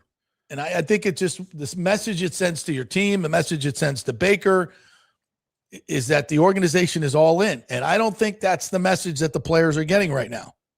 And it's one of the reasons Mike Evans is not here anymore. So I think there needs to be some damage control here. And there needs to be, if you want Baker, then just commit to him. It just makes you could put the franchise tag on him. You can make him play without a guarantee for the next, you sure can. He's going to do it. But is that what you really want? Is that the way to handle this? I don't think it's a good idea. I think you just commit to him and then start building around him in other ways. And if you do commit to him, you will get him at a lower number than you would after this season. Absolutely 100% right. Sign him now. He's cheaper now than he will ever be. Because I think he's going to have a great season. And if you sign him up long-term, he'll have an even better season. Kurt says, sorry, my free time, JP, is coming to an end. Baby girl coming July 10th. If not sooner, I won't be allowed out to play for a while. That's going to hurt, Kurt, because, while you're sitting there, tending to the baby, you can be listening to the show and watching the show. But we do appreciate all your efforts in watching city council meetings and all the other information you give us. And I can count on you because I know you're not a knucklehead. So I really appreciate it being our eyes and ears out there. It does help us a lot. So I have a question about that. Yes. About what Kurt just said. Isn't that what we have wives for? Isn't that what the mother's for, to take care of the baby while we're free to just still go do whatever the hell we want? This misogynistic take brought to you by the one and only Tim Hem. It's not necessarily the views of the views and the opinions of FanStream Sports or the JP Peterson Show. I'm just saying, why do you got to do it? It came out of her. Well, she did the work. Now it's our turn. No, we are partners in this great venture. And by the way, if you are not changing your baby's diaper, your daughter or son's diaper, you are missing out on some very important bonding time that will pay off later in your life. Okay, I fully believe that. I changed a lot of diapers, but it was not for bonding purposes. It was because of the smell. Yeah, that too. Yeah. And look, for all of you out there, before you come at me, I have 6 children that I'm aware of. All right. 5 of those I was actively involved in raising. Yeah. I changed more diapers, did more midnight feedings, and handled more things than in all 2 of the wives that I have kids with will acknowledge that. I was always the one on top of that because I wanted her to be able to, and they didn't work. My wife didn't work at the time with that I had all those kids. So like she was able to stay home during the day while I went to work, but I wanted to make sure she got her night's sleep. So I was always the one changing diapers and getting up for feeding, just because that's how it works. That's how you're supposed to do it. So exactly. Obviously I kid, but Kurt, don't let her take advantage of your kindness. Okay. We'll let him run his ranch. I think that's more than capable. He doesn't need our advice. Dude, I've been married 3 times. I know a lot about being married. All right. You do not need his advice. Nathan says, I also have to put in perspective that the Bucs will essentially have a season where all games will be on the road when Ray J is being remodeled. Not sure how many quarterbacks are signing over that. Nathan, where are you getting that? The head of the TSA, Mr. Eric Hart, told everybody that we will be able to do these renovations off season and closing off part of the stadium part of the time. They can do it in sections. So we're not moving to freaking Camping World Stadium. That dump that is Camping World Stadium where the Jaguars will be playing no, we're not doing that. Thank you, Eric Hart, for not making us do that. Good God. What a dump. Nathan also says, if you wait till after the season, Baker will likely cost you $10 million more per season. He's right. There'll be no discount after this season for sure. Because somebody else will pay it if you won't. Danny, it's right. Danny Boy says when the new ballpark comes in Tampa, they will show up in droves. Listen, I'm under no illusions that this 31,000 seat stadium in Tampa baseball stadium is going to be full every game. That's not happening. It doesn't have to happen. Okay. To be successful. If you can average, 22 to 25,000, I think you could probably average close to 25,000. More than successful. What's important is you get the whole thing done and you bring 9 to 10 million people, tourists, into the Tampa Bay area, or when they come to the Tampa Bay area, the 45 million that come to Tampa Bay area every year will carve out some time to come to baseball games in Tampa. Because when they land in our wonderful airport, they'll look outside and go, what the fuck is that? Got to get over there. That's right. All right, let's take our final break, and then we'll come back on the other side. Big O's going to join us, talk a little baseball with you folks, the junior phenomenon that's going on. We'll get to the rest of your comments as well. We are brought to you by the great folks at Pitch Roofing. Pitch Roofing is a great company, by the way, and they tell you that there are scams out there. There are scammers. There's a scam out there right now. People are coming around, knocking on your door, telling you, hey, we have this little drone here, and we're going to do a drone inspection of your roof, and then we'll find some damage probably, and we'll tell you how the insurance company is going to pay for the whole thing. It's a scam, and the companies that are running it are scammers. So don't do that. Don't let them up on your roof. Don't do any of that stuff. Pitch Roofing will educate you. Call them. They are bonded. They are insured. They are a legitimate company with an office here that is staying here and will be able to service your roof if there is any issues. And there's been a lot of shitty work done over the last few years. They're getting a lot of calls for people who just had their roofs done and they're leaking because they hired the wrong company. pitchroofing.com. They'll be in the studio, by the way, tomorrow. Talk about some of the things they're doing for July 4th up at the Villages. So if you're interested and you're a homeowner, make sure you get this done. pitchroofing.com. Free estimate and get the JP Peterson Show discount. Back in 3. JP here for Genesis of Tampa and the Murphy Auto Group. I think the best way to experience a business is to use that business. And I just did at Genesis of Tampa. Just bought a GV70, a 2023, and it feels and drives all new. It's an absolutely fantastic car. The technology, the comfort, and the price, absolutely outstanding. Frankly, I never thought I could get into a car like this, but they made me a deal I could not refuse. And I also get the VIP service where you can just drive right up, their pit stop service. They'll top off all the fluids, make sure your air in your tires is good, new wipers if you want them. If you need extended service, they will come to you, bring you a courtesy car, and then bring your car back. What more do you want? The experience was just VIP all the way. And you can get that at Genesis of Tampa. And don't forget, you can get extended warranty, which I did. So I have worry-free miles up to 100,000. And all they do is just take it in. Actually, I don't have to take it in. They come to me. It's perfect. It's Genesis of Tampa right there, 801 East Bears Avenue, right off of 275. Go see them and tell them JP sent you. Big thanks to Italiano Insurance, the great folks over there. They will soon be part of Gallagher Insurance. A little name change, but same great folks, same great customer service you've known for over 65 years. They do all the work. You save all the money. ItalianoInsurance.com at 813-877-7799.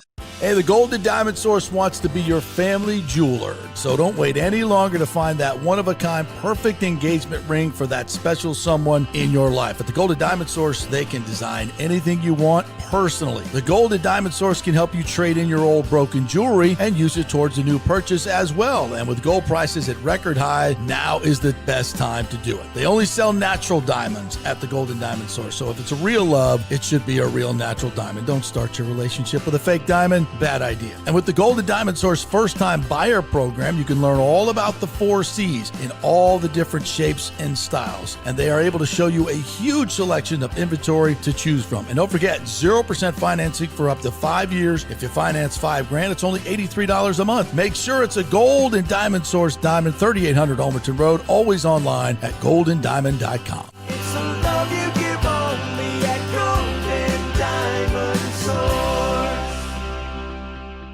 Hey guys, you already know that Riveters is the best sports bar in all of Tampa Bay, but now it gets even better for Rays baseball season. During all Rays games, check this out, $6 Tito's, $6 Jack, $6 margaritas, all during Rays games. Are you kidding me? And that's always a great pour from the great bartenders at Riveters. Great service, great food, everything is fresh, nothing is frozen. And let me tell you, if you want baseball and wings, you will not find any better than Riveters. Their sauces, like the blue cheese and the ranch and everything, is handmade, and the wings are big and they're perfect.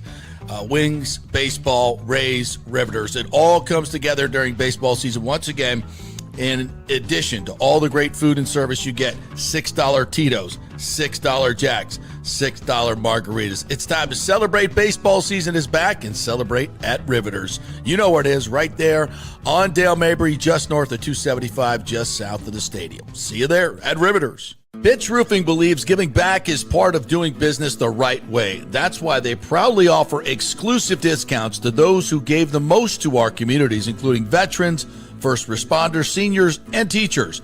And for listeners of the JP Peterson Show, there's even more good news. Pitch Roofing is now offering a special discount just for fans of the show. With so many roofing companies coming and going in Florida, it's important to choose a contractor you can count on long after the job is done, especially when it comes to honoring your warranty. Pitch Roofing is built for the long haul with a reputation for quality, transparency, and standing behind their work. Whether it's a repair or a full replacement, their team delivers honest guidance, quality workmanship, and no high-pressure sales. Call 727-67-PITCH, 727-677-4824, or visit pitchroofing.com to schedule a free estimate. Pitch roofing, roofing done right. Let's go. Right now, back to the show on FanStream Sports. Welcome back to the JP Peterson Show. Don't forget, Golden Diamond Source celebrating our nation's 250th birthday with a $1,000 gift card match. Yes, those fantastic Patriots, Julian and Steve Weintraub, just like Betsy Ross and George Washington, making a mark on our American history by offering you, the Patriots that you are, a $1,000 gift card match. Turn that $1,000 into $2,000, or turn $500 into $1,000. Yes, that's what America is all about. The land of opportunity where you could double your money by just walking into the Golden Diamond Source. That's how it works. 3800 Olmerton Road, always online at goldendiamond.com. So take advantage. Today is the last day of the $1,000 July 4th gift card match. So get your ass over there. I was really confused for a second because initially when you said that, all I heard was Betsy Ross and George Jefferson.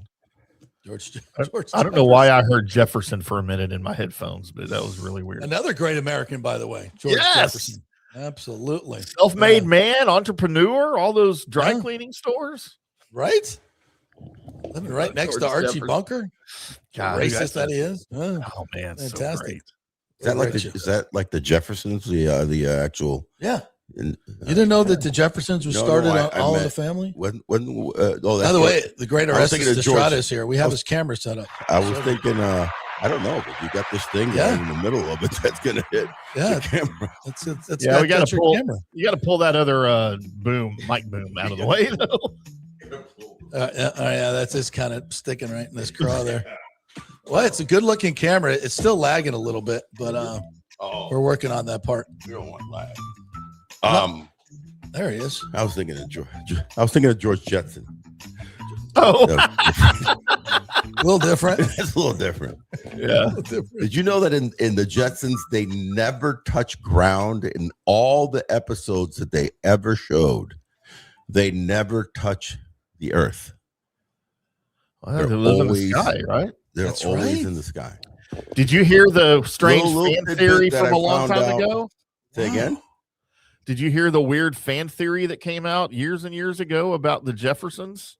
Or The Jetsons? The Jetsons. No, tell me. I'm a big Jetsons fan. By that Fred Flintstone and George Jefferson live at the same time, but because there is a nuclear fallout on Earth, the Flintstones live on the ground, and they're restarting humanity while all of the existing humans moved into the sky, and that's the Jeffersons. I keep saying Jeffersons. The Jetsons. George Jetson. And so they live at the same time. That ties into my belief or my finding out that the Jetsons never went on solid ground. So they were at the same time. So you're telling me we could have had an episode where George goes and picks up Barney, goes and Fred, and they go out, and Wilma. They go bowling. They go bowling like in the sky because he loves it. Boy, Elroy is there. Yes. Yeah, Jane. They could have crossed over. Yeah, by the way, you guys know that in 1980 Dino could have been friends. An MC Universe crossover thing. JP, in 1987, they did that. The Jetsons meet the Flintstones. It was a full-length animated crossover that brought both of the universes together. They did this? I should have known. 1987. They did this in 1987? Really? Where was I? Exactly. Tallahassee. Hi. Hanging out at Clyde's getting 4 for 1. This is a Mandela effect going on here. This is a Mandela effect. This is the Timmy Mandela effect. I remember this. He's blowing our mind now. Can we go watch this somewhere? I don't remember that. I don't. Flintstones and Jetsons together? The Jetsons Meet the Flintstones was the name of it. Wow. Trust me, when I get home, I'm all over that. I'm all over that on YouTube. All over it. Sure, this wasn't some like cheesy porn that you watched. Yeah, I was gonna say that could be. Well, I mean, I'm not promising that I've never watched Flintstones or Jetsons porn, but that's not what this is. Little Wilma getting down with George. Little Wilma and Betty action. There's a little swinging going on with Will. Why is it when I walk in your show only with Flintstones in the rubble, the tomfoolery, the tomfoolery begins. There was a lot of innuendo that there was swinging going on. If you don't forget, I remember it well. I don't know why. But I should have not. Look at that! Look at that! The Jetsons meet the Flintstones. See? Oh my gosh! Now we're talking about just look at Jane. Jane's a swinger. There's no question about it. Jane Jetson was a swinger. The daughter. Jane, his wife. Oh, Jane was the wife. His wife. Look at you going to the daughter right away. Yeah. Come on. Oh my God. Might have been a crush back in the day. I'm not gonna lie. Yeah. And then when Pebbles grew up, Boy Elroy. Jane, his Judy, wife. daughter Judy. That's daughter Judy. Right. Judy. And Yeah, Judy might have been a little freak. Judy. Astro was a problem. Astro think so? was. You think he was a problem? And Dino was Dino. like, love Dino. Yeah. Dino would scarf down those Brontosaurus burgers. Like Maybe nobody's Astro and business. Dino had a little thing. going. Maybe. Oh, Maybe. Which one's which there, by the way? Well, maybe. This is progressive. This is a progressive show that we're talking Gay about. dogs. it is now. Yeah, gay dogs. Gay dogs. Good thing gay dogs. Hello. All dogs gay, I think. Well, Oh, yeah, my think- Or God. bi. I They do- think all dogs they- are bi. They're genderless. Are they? I think they are when they sniff around and all that stuff. Yeah, they don't care who they're sniffing. They really don't. They really humans, don't. humans should take a page out of that. Listen, now we're getting into We should be able to just walk we're up in a bar and just start territories now. sniffing somebody like we're dogs getting do, into right? we're getting into Bill Clinton territory. Oh, as far God. as, like Lordy. what justifies actual I've always liked men, but suddenly I was questioning myself. I like other guys. we've gone But I'll watch completely women's off the gymnastics. rails. Oh Lord. We're in Clinton and Diddy territory now all of a sudden. Lord. So This is, let's reel it back. Thomas Casper says that episode 7, the flying suit, 1962, where a discarded flying suit lands on the ground, revealing a homeless person, hobo, and a walking bird. Was this in what? Was this what? 1962, where the Jetsons around in 62? Was this a? I thought they were more of a 70s show. So did I. Yeah, Danny Boy says yes. A live action the Jetsons Jetsons are movie is 60s. in the works at Warner Brothers Pictures right now, though it is still in the early stages. There was a live action Flintstones. I remember that. Of course, yes. Yeah. First episode of the Jetsons was September 23rd, 1962. Okay, so maybe they did touch ground. I had saw a report a couple of months back, goofing around, and it You know said that something. internet. You can't always believe everything. Yeah, that they had never touched ground, which then it made me think about all the many episodes I'd seen, and I'm like, you know what? They're always flying around. They never, because the Earth was having trouble. I never remember them. And the Flintstones were going living to it. a park or anything? I like. By the way, I like the the new thought live of action the- Jetsons movie. Jim Carrey will be playing George Jetson. classic. All right, I- he fits.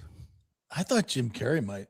I thought he was gone forever. Hey! Now you're going into we're just what I walk in, and all of a sudden it's conspiracy theory left and right. I'm just. It's Pooh Shiesty says, dogs. "What about Rosie the robot?"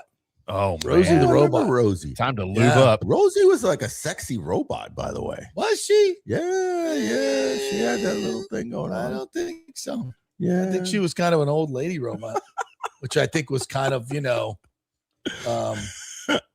a little kind of, I don't know, was misogynistic. And then we get the old lady You think robot so? that No, I serves thought she was everybody. kind of cute. All right. She was Roll- kind of rolling around. she was kind of a pain in the ass. I Yeah, know. was she? Okay. All right, let's get back to baseball. Nathan South says, "Do you think Luis Arise is on the Rays list? Luis The Rise Giants is are on- out of on contention, and he's a lot of free lists. agent after the season. Current contract, 1 year, $12 million. Not the power outfitter, but he's a top 5 in BA. He would. I think we've talked about him. I don't think that's. We got a lot of those guys. Not as good as him, Not as good. Not as good as he him. is a batsmith. but we need power. I would say we need power. The only drawback I have with Luis Arise, because man, he's one of the he is like a premier contact hitter that gets hits. It's not just contact. Like, Chandler Simpson is a contact hitter who hasn't learned to be at the level of Arise. If he does, he's going to be a superstar because of his speed. Yeah. Right. So if he ever gets that hand-eye coordination just right, and he's flicking base hits to left, to center, hitting the ground balls, when he needs to, but he actually becomes a better like hitter, then you're talking about a superstar. Arise is base to base, at best, he's a average runner. So then that pulls you back. This is a team that wins on athleticism, and then right now the power, obviously led by the great Junior Caminero, is being flexed, but it's also other players. If I'm not mistaken, I think 7 different guys hit home runs during that great homestand. By the way, what a great homestand to turn things around when it could have gone a little bit south. You end up winning 5 straight. That's they lead the MLB in most consecutive 5-game streaks, or 5-game streaks. They've had 5 of them now. They're in a 6-game streak. But how do they really do it? They still look to do that smart ball. Great job by Fortes. We're going to talk about Junior, of course. Yeah. Great job by Fortes. Great job by, again, the talk about a wand hitter, Aranda. Where does he go again? Left center. Right back up the middle. Up the middle, left center. Yandy does it. If they get back into that frame of mind and then use the athleticism that they have with their other fast, Fortes last night, bunting for a hit. Yeah. And then he infield in. Yeah. I'm Slaps just getting the ball. I'm just getting bad on the ball. And get it through the hole. That's what's work. I don't have to do anything big. 2 runs. Keep the strikeouts down. 2-run homer. Keep the the hard contact up. Steal some bases. They've come out of the cellar in the home run, realm, but they're still bottom 5. But they're not a team that's going to be hitting 3-run homers back, like in the day of most recently the Yankees, but also back in the 80s and stuff with the Milwaukee Brewers or the Baltimore Orioles. This is a team that's made up to play more like the Milwaukee Brewers than those old school Orioles or the old school Brewers. Now, I will say, great job last night by Griffin Jacks. Finally got into the 6th. Should have gotten into the 6th the last game, but he had a couple of errors. Yep. So I applaud him. 75 pitches, I believe 50 strikes. He was dealing. Everything was working. He's got such an arsenal that if he really gets that confidence building with a 95-mile-an-hour fastball, a 2-seamer that moves, a sweeper that's has great depth, and a changeup, for him, it's that confidence builder because he does, when he gets in pinches, he tends to go out over the zone. Mm-hmm. What happens when you go out over the zone? Junior Caminero. I mean, that's what's happening to Junior right now. If you want to touch on that topic, man, listen, he is such a talented hitter that is not a superstar yet, but has the makings to be a potential super uber star, right? And what will make him into that obviously is consistency of doing this, for 4 or 5 years, and you're a true superstar. Superstars aren't made in 1 or 2 years, but you're looking at somebody that has the physical attributes that you can't almost teach. Hands. I think of, if you want to go into other sports, you look at in guys that are 25 and under, you look at Wembayama, you give him a one-on-one or you give him a step, it's over. Yeah. Right. Yeah.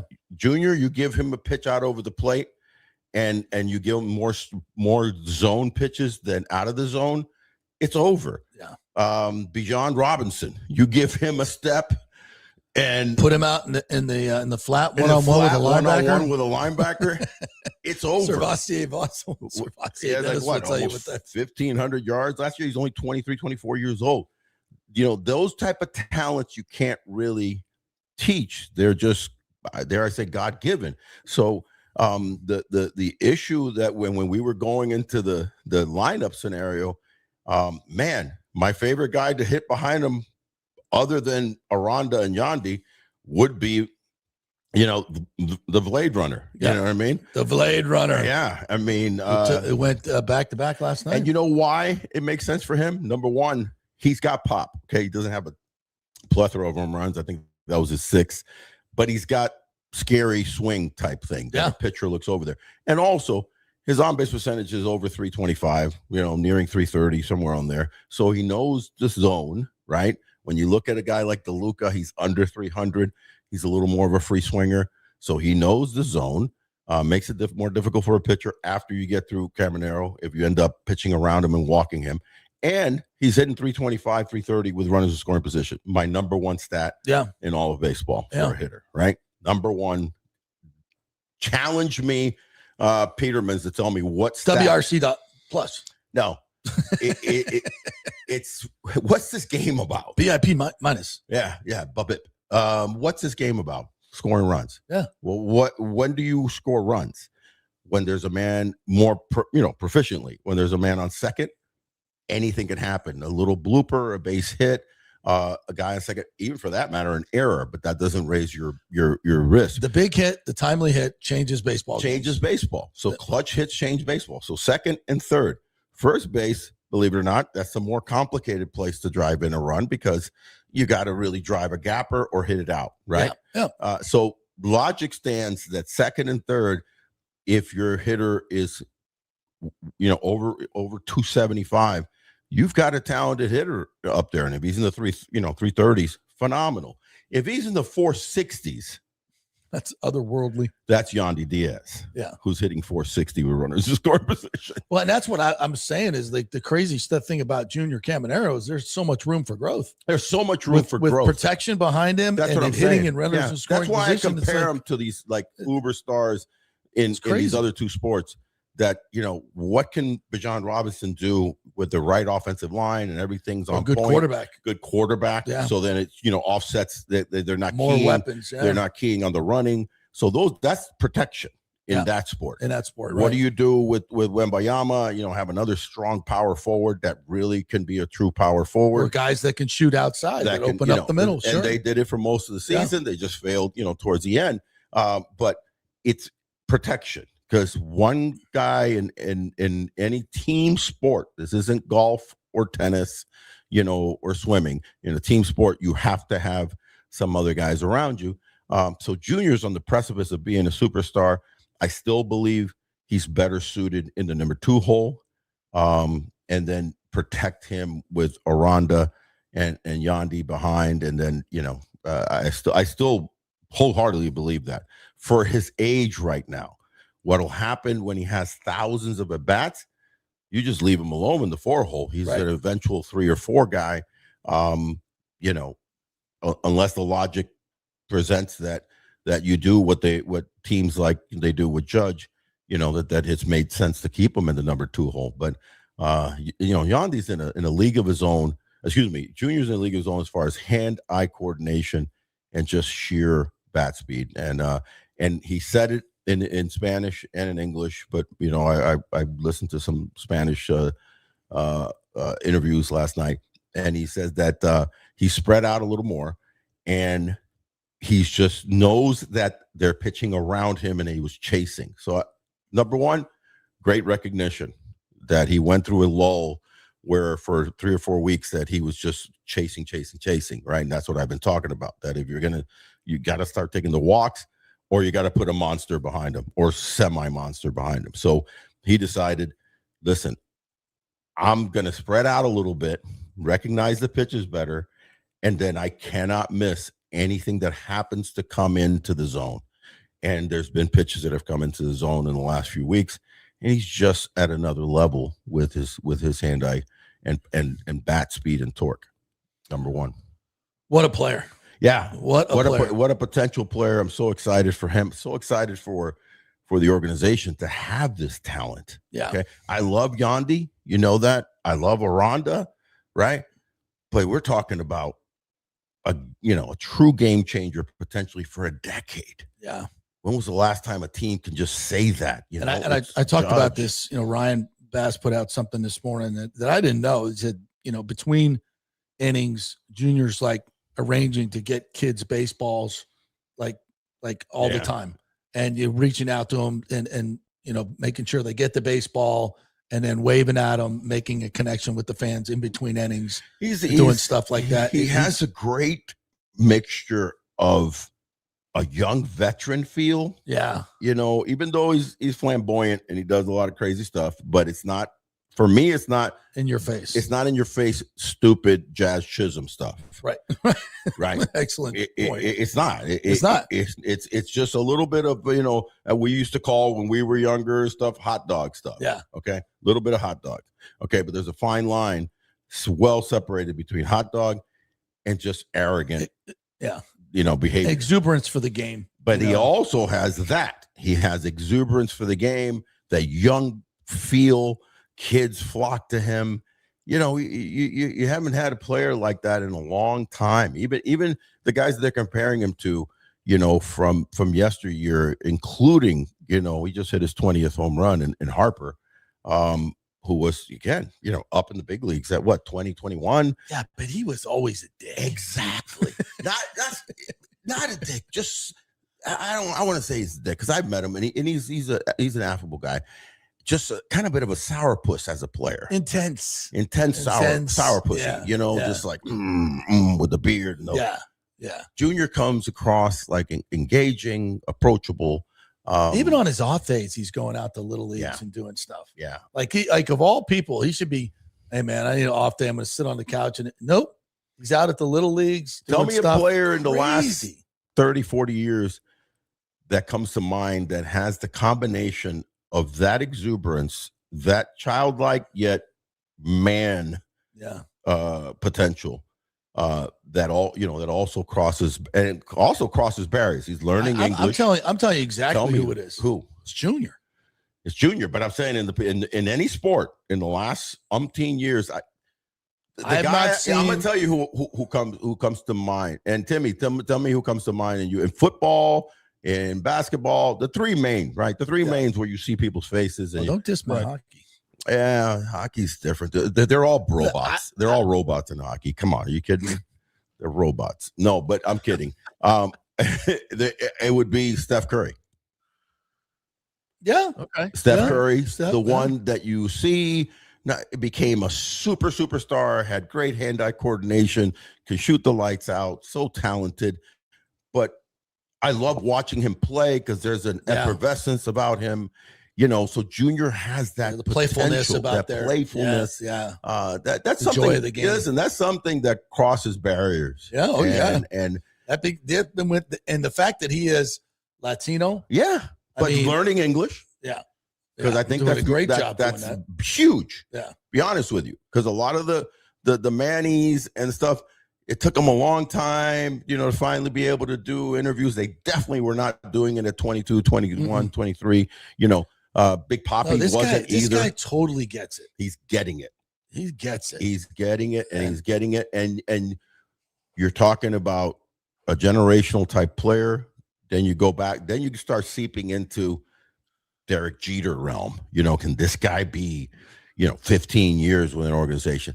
That leads me, watch this segue. Ooh. To the governor of Florida. Oh, wow. Because wait, Junior Caminero is going to be the governor of Florida? He may end up being the governor of Florida. I'm joking. That leaves me to Ron DeSantis and his comments from yesterday. Because, again, when you're talking about a generational player, where's that generational player going to play? In a brand new, gorgeous, spanking, state-of-the-art stadium right on Dale Mabry. In Tampa? Yeah, damn right. You're 99.99999%? I am. Okay. I'm going to join the Petermans and the JP Peterson band. Have you ever known anybody to shop for a contractor before buying the house? To shop for or before knowing that they got the deal done? Right. Rays are already shopping for a contractor. Have you ever known a deal to fall through when somebody puts a $50 million down payment on it? Down payment on something. That was a big down payment. Yeah. That was a chunky down payment. Hey, kudos to our beloved friend, Dr. Ken Atwater and Susie Hawley, his right-hand person, for most markets, getting that initial tranche. After a 20-year wait for something like this to happen, and something as extraordinary as a $50 million budget being passed. And by the way, did the governor sign that in Tallahassee? No. Where did he sign it? Yeah, right there at the campus. Like he said, he could have signed that easily in Tallahassee. Anywhere. And made a press thing. He came down here. But what happened? But in this market, right, when the governor comes down and gives you $50 million as kind of the down payment on the whole project that is predicated on Hillsborough College movement, the state gives you $50 million and he signs it on the campus. Mm-hmm. In most markets, after a 20-year wait for a ballpark, people would be going, hallelujah, it's getting done. Yeah. In this market, our lead columnist writes a story about the other cities that are going to get the race. $50 million. That's what happens. There's stories in your own paper about a $50 million and the Rays, already pulling permits and hiring a contractor. But in this market, we do a column based on the other cities that are how much how much they're going, the great things they're doing to get the Rays, which, by the way, the same columnist has written how many columns on how bad a deal this is and it's never going to happen. But evidently there are other cities that would love to have the Rays. So I pose how does that square? I pose this question to you and to Timmy. What does the presence, along with a $50 million commitment, guarantee, of the governor of Florida, Ron DeSantis, mean? Is it I'm here to tell you that this is going to get done, and here's why it should. We shouldn't lose them to anywhere else, and this is the right place. And he spoke on the history of Tampa Bay. Or is it more of a, you better get it done, and I'm a bit concerned, and don't drop the ball on this? Or is it somewhere in between? I mean, if you're asking me, it's this, it's proof positive it's happening. It's happening. Yeah. Yeah. There's no question in his mind. Yeah. But I mean, I don't see the governor, if he had any question that it wasn't going to happen, would he come down here and be so visible and speak to it? That's a great point. I mean, also it does serve the other fact of meeting with whoever needs to be met with here locally, face to face, saying, what do I need to get your vote? Not in a nefarious way, by the way. No. And it's like more of a, what do I need to give Tampa Bay that's going to make you happy and vote for this? That's going to make you happy with this deal. That's what all these negotiations have been about behind the scenes, and that are going well and going to get the thing done. What was also kind of clutch too that he did, I don't know if it was slyly or just openly saying the facts. He goes, and you got a pretty good team over here. Yeah. You got a pretty good team going on. Like, noticing that this team is on the precipice of winning their 50th game. Yeah. Oh, by the way, this team, they are the Rays of our lives. This is a soap opera. Yeah. This might be, and I've been saying Rays of our lives for umpteen years, right? But this may be the epitome of the Rays of our lives soap opera season.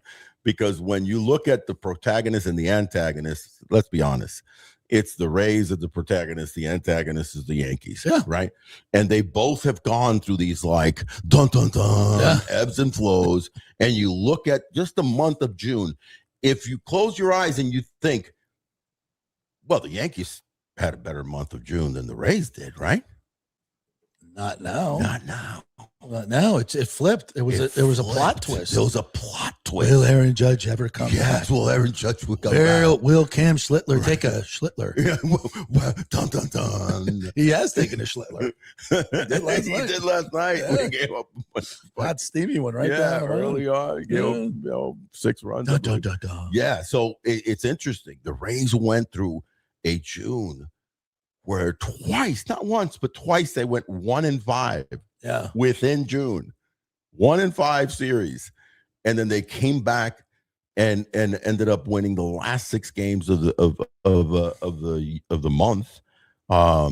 Killing out the month at an 8-2 record. The Yanks lose 6 their last 6 games of the month. Oh, by the way, the Yanks finished 12-14 in June.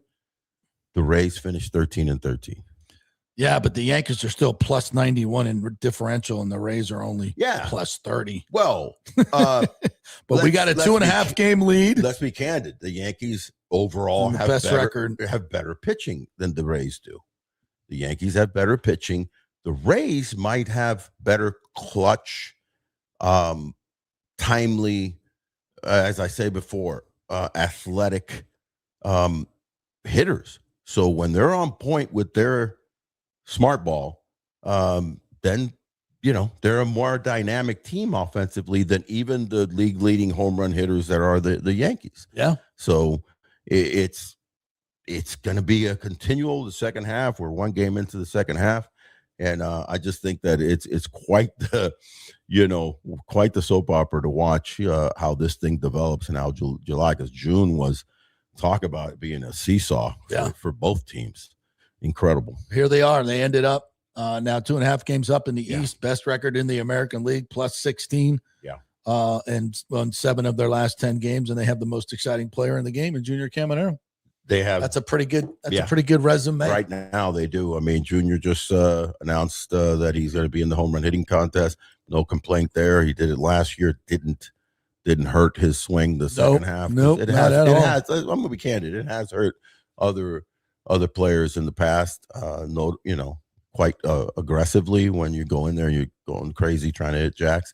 But he looks good, spread out a little more. And again, hunting zone pitches and staying away from swinging outside the zone. This tweak that he's made, opening up his stance. Yeah.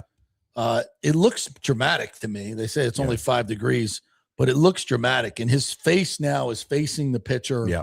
How do you think that has helped him swing? Well, number one, I'm a big proponent in full face onto the pitcher. Yeah. I think hitters get in problems. And again, because of the nature of games, and you forget, you can get in habits where not only are you not putting both eyes on the pitcher, but you can also tilt and you can get comfortable where you're swinging like this. This is not good because now your eyesight at just minimal degrees. Remember, the ball's coming a particular way. Mm-hmm. And then if you're a little bit off, fastballs, no problem. But everything that's moving, you're kind of off. So I always, and I did many demos talking about it, appreciated Evan Longoria's. He would set up, and as he was going to go in the setup, he'd literally go like this, and he'd lift his head, and he would set up. So he on plane, yeah. And then like drop his chin. And he would drop his left leg back. Yeah. Remember how Longo started? Yeah. He would drop his left leg back because he wanted both eyes on the ball. By the way, and I've said this before on the show, remember, hitting right-handed is not normal for a right-handed person. Hitting right-handed is abnormal for a right-handed person. Right-handed people should hit left-handed. Your dominant arm in front, right? Exactly. And what else is dominant, Timmy? Your right leg. Your eyes. Yeah. In your eyes. So if you're right-handed, your dominant hand is this one. Right. If you're right-handed, your dominant eye is this one. So why would I want to be leading with my left eye and not giving the full, track? Because remember, baseball is about tracking. It's picking up the spin too. It's picking up the spin and tracking. And you do it so many times that it becomes instinctual. It's instinctual. But that's why almost notoriously, if you look, right-handed throwers, outfielders, infielders that hit left-handed notoriously are really good hitters. Very few right-handed thrower and left-handed hitters have been bad hitters. That's true. Yeah, if you think about them, almost all of them. Why? Because the bottom hand is what throws the bat and dictates the knob. I'm going to go here. I'm going to go here. I'm going to go here. That's your power. That's everything that's coming, because it's really not from biceps. It's from the muscles in your wrist and forearms. And boom. So that's not your strongest arm as a right-handed hitter. So you need to have your RJ44 out as a prop. So you're showing us this as you're holding it. Yeah, you love my. Oh man, I appreciate it. Camera that's not lagging. Yeah, I know you want to hold my RJ44 one day. Oh yeah. Damn, really? We got to go there.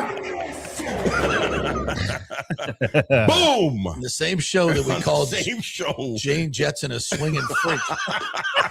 Here with a hard AJ44. We're gonna have to do this. Is not suitable for children. Right behind you. The black. It's a big black RJ44. I mean, we're not. It's actually right over your left shoulder. And I hope Ashley's that not big brown Cuban. Big brown Cuban. Hey, before you go, this has been a mini Big O show, by the way. Yeah. So we're gonna do a full one tomorrow. Yeah. Scheduling. I got to run today, so I apologize. But all good. We want to welcome in a new sponsor. We do, man. We do. It's going to be exciting. Tell me about our new sponsor. She's going to be on our zeitgeist here on your show and on my show, and I'm really excited. Amy Descola from Lily Lux Rescreen is Tampa Bay and Sarasota's luxury enclosure export. They handle it all, full restorations. If you're a storm, worn cages can be brought back to new life. And you know that we're getting close to the hurricane season, and You just don't want those gnats and those pesky things around you. So they bring it back to new life, complete rescreens, fresh, non-toxic HD screen, clean lines, no sag, repairs. She came by here in the studio. What a business lady she is. She's awesome. And you could tell. Former teacher that's gotten into the screen enclosure 15 business. years in education system and went from teaching to now teaching us how to better have rescreens. And one of the things that sets them apart, again, like most of the businesses, if not all of them that are on the FanStream Sports Tampa Bay family of sponsors, is their service. The customer service. They got concierge style service. From the first call to the final walkthrough, premium HD screen and finish built to survive the Florida weathers and heat, etc. A team that treats you like home. Their home is your own. No half jobs, done right the first time. Woman owned and operated. Let's appreciate that. Hands-on ownership, not an absentee franchise. The markets obviously is Tampa Bay. All around us here: West Chapel, Lutz, Lakeland. Land O'Lakes, Carrollwood, South Tampa, even Sarasota and Bradenton. So give them a call at 813-447-0431, 813-447-0431, or just go onto their website. Really, really good website. Obviously at the Lily Lux, that's Lily, Lux, Lux, rescreen.com. Ask for Amy and tell her that Big O sent you and or JP. You're gonna love her. She is good people. She's good people. Yeah, she was in here last week. Yeah, and we're chatting about her company, and it's really cool. They're called Lily Lux, as you said. They rescreen that cage that you have that's looking old. They come in, they redo the whole thing, or if it's broken, they repair it for you. They do redo a whole enclosure if need be. Yeah. So look them up, LilyLuxRescreen.com. We'll put it up on the we'll put it up on that social media. If you're in the market for that, give them a call and tell them you heard it on the Big O Show. All right, and also Texas Roadhouse, of course, we love them as well. Always. Wesley Chapel, the best comfort food for a comfortable price. I was in there a couple weeks ago. Boy, what an operation they run! Fabulous food, very comfortable, service, great fantastic. value, great service. Texas Roadhouse, Wesley Chapel, and our great friends at the Murphy Auto Group. All right, partner. Sugar Shane, Rays. Sugar Shane back on the mound today. Keep it going. Start July hot, just like the month of July. This pesky little Kansas City team, they wouldn't go away yesterday, and they finally shut them down. But Carter Jensen. That kid, he can play. That kid can play. Witt Jr. not so bad either. Yeah. All right. We will be back tomorrow with more fun and frivolity and a full Big O show tomorrow. We will see you then. Have a great day, everybody. Go Rays. Go USA. See you, Riveters.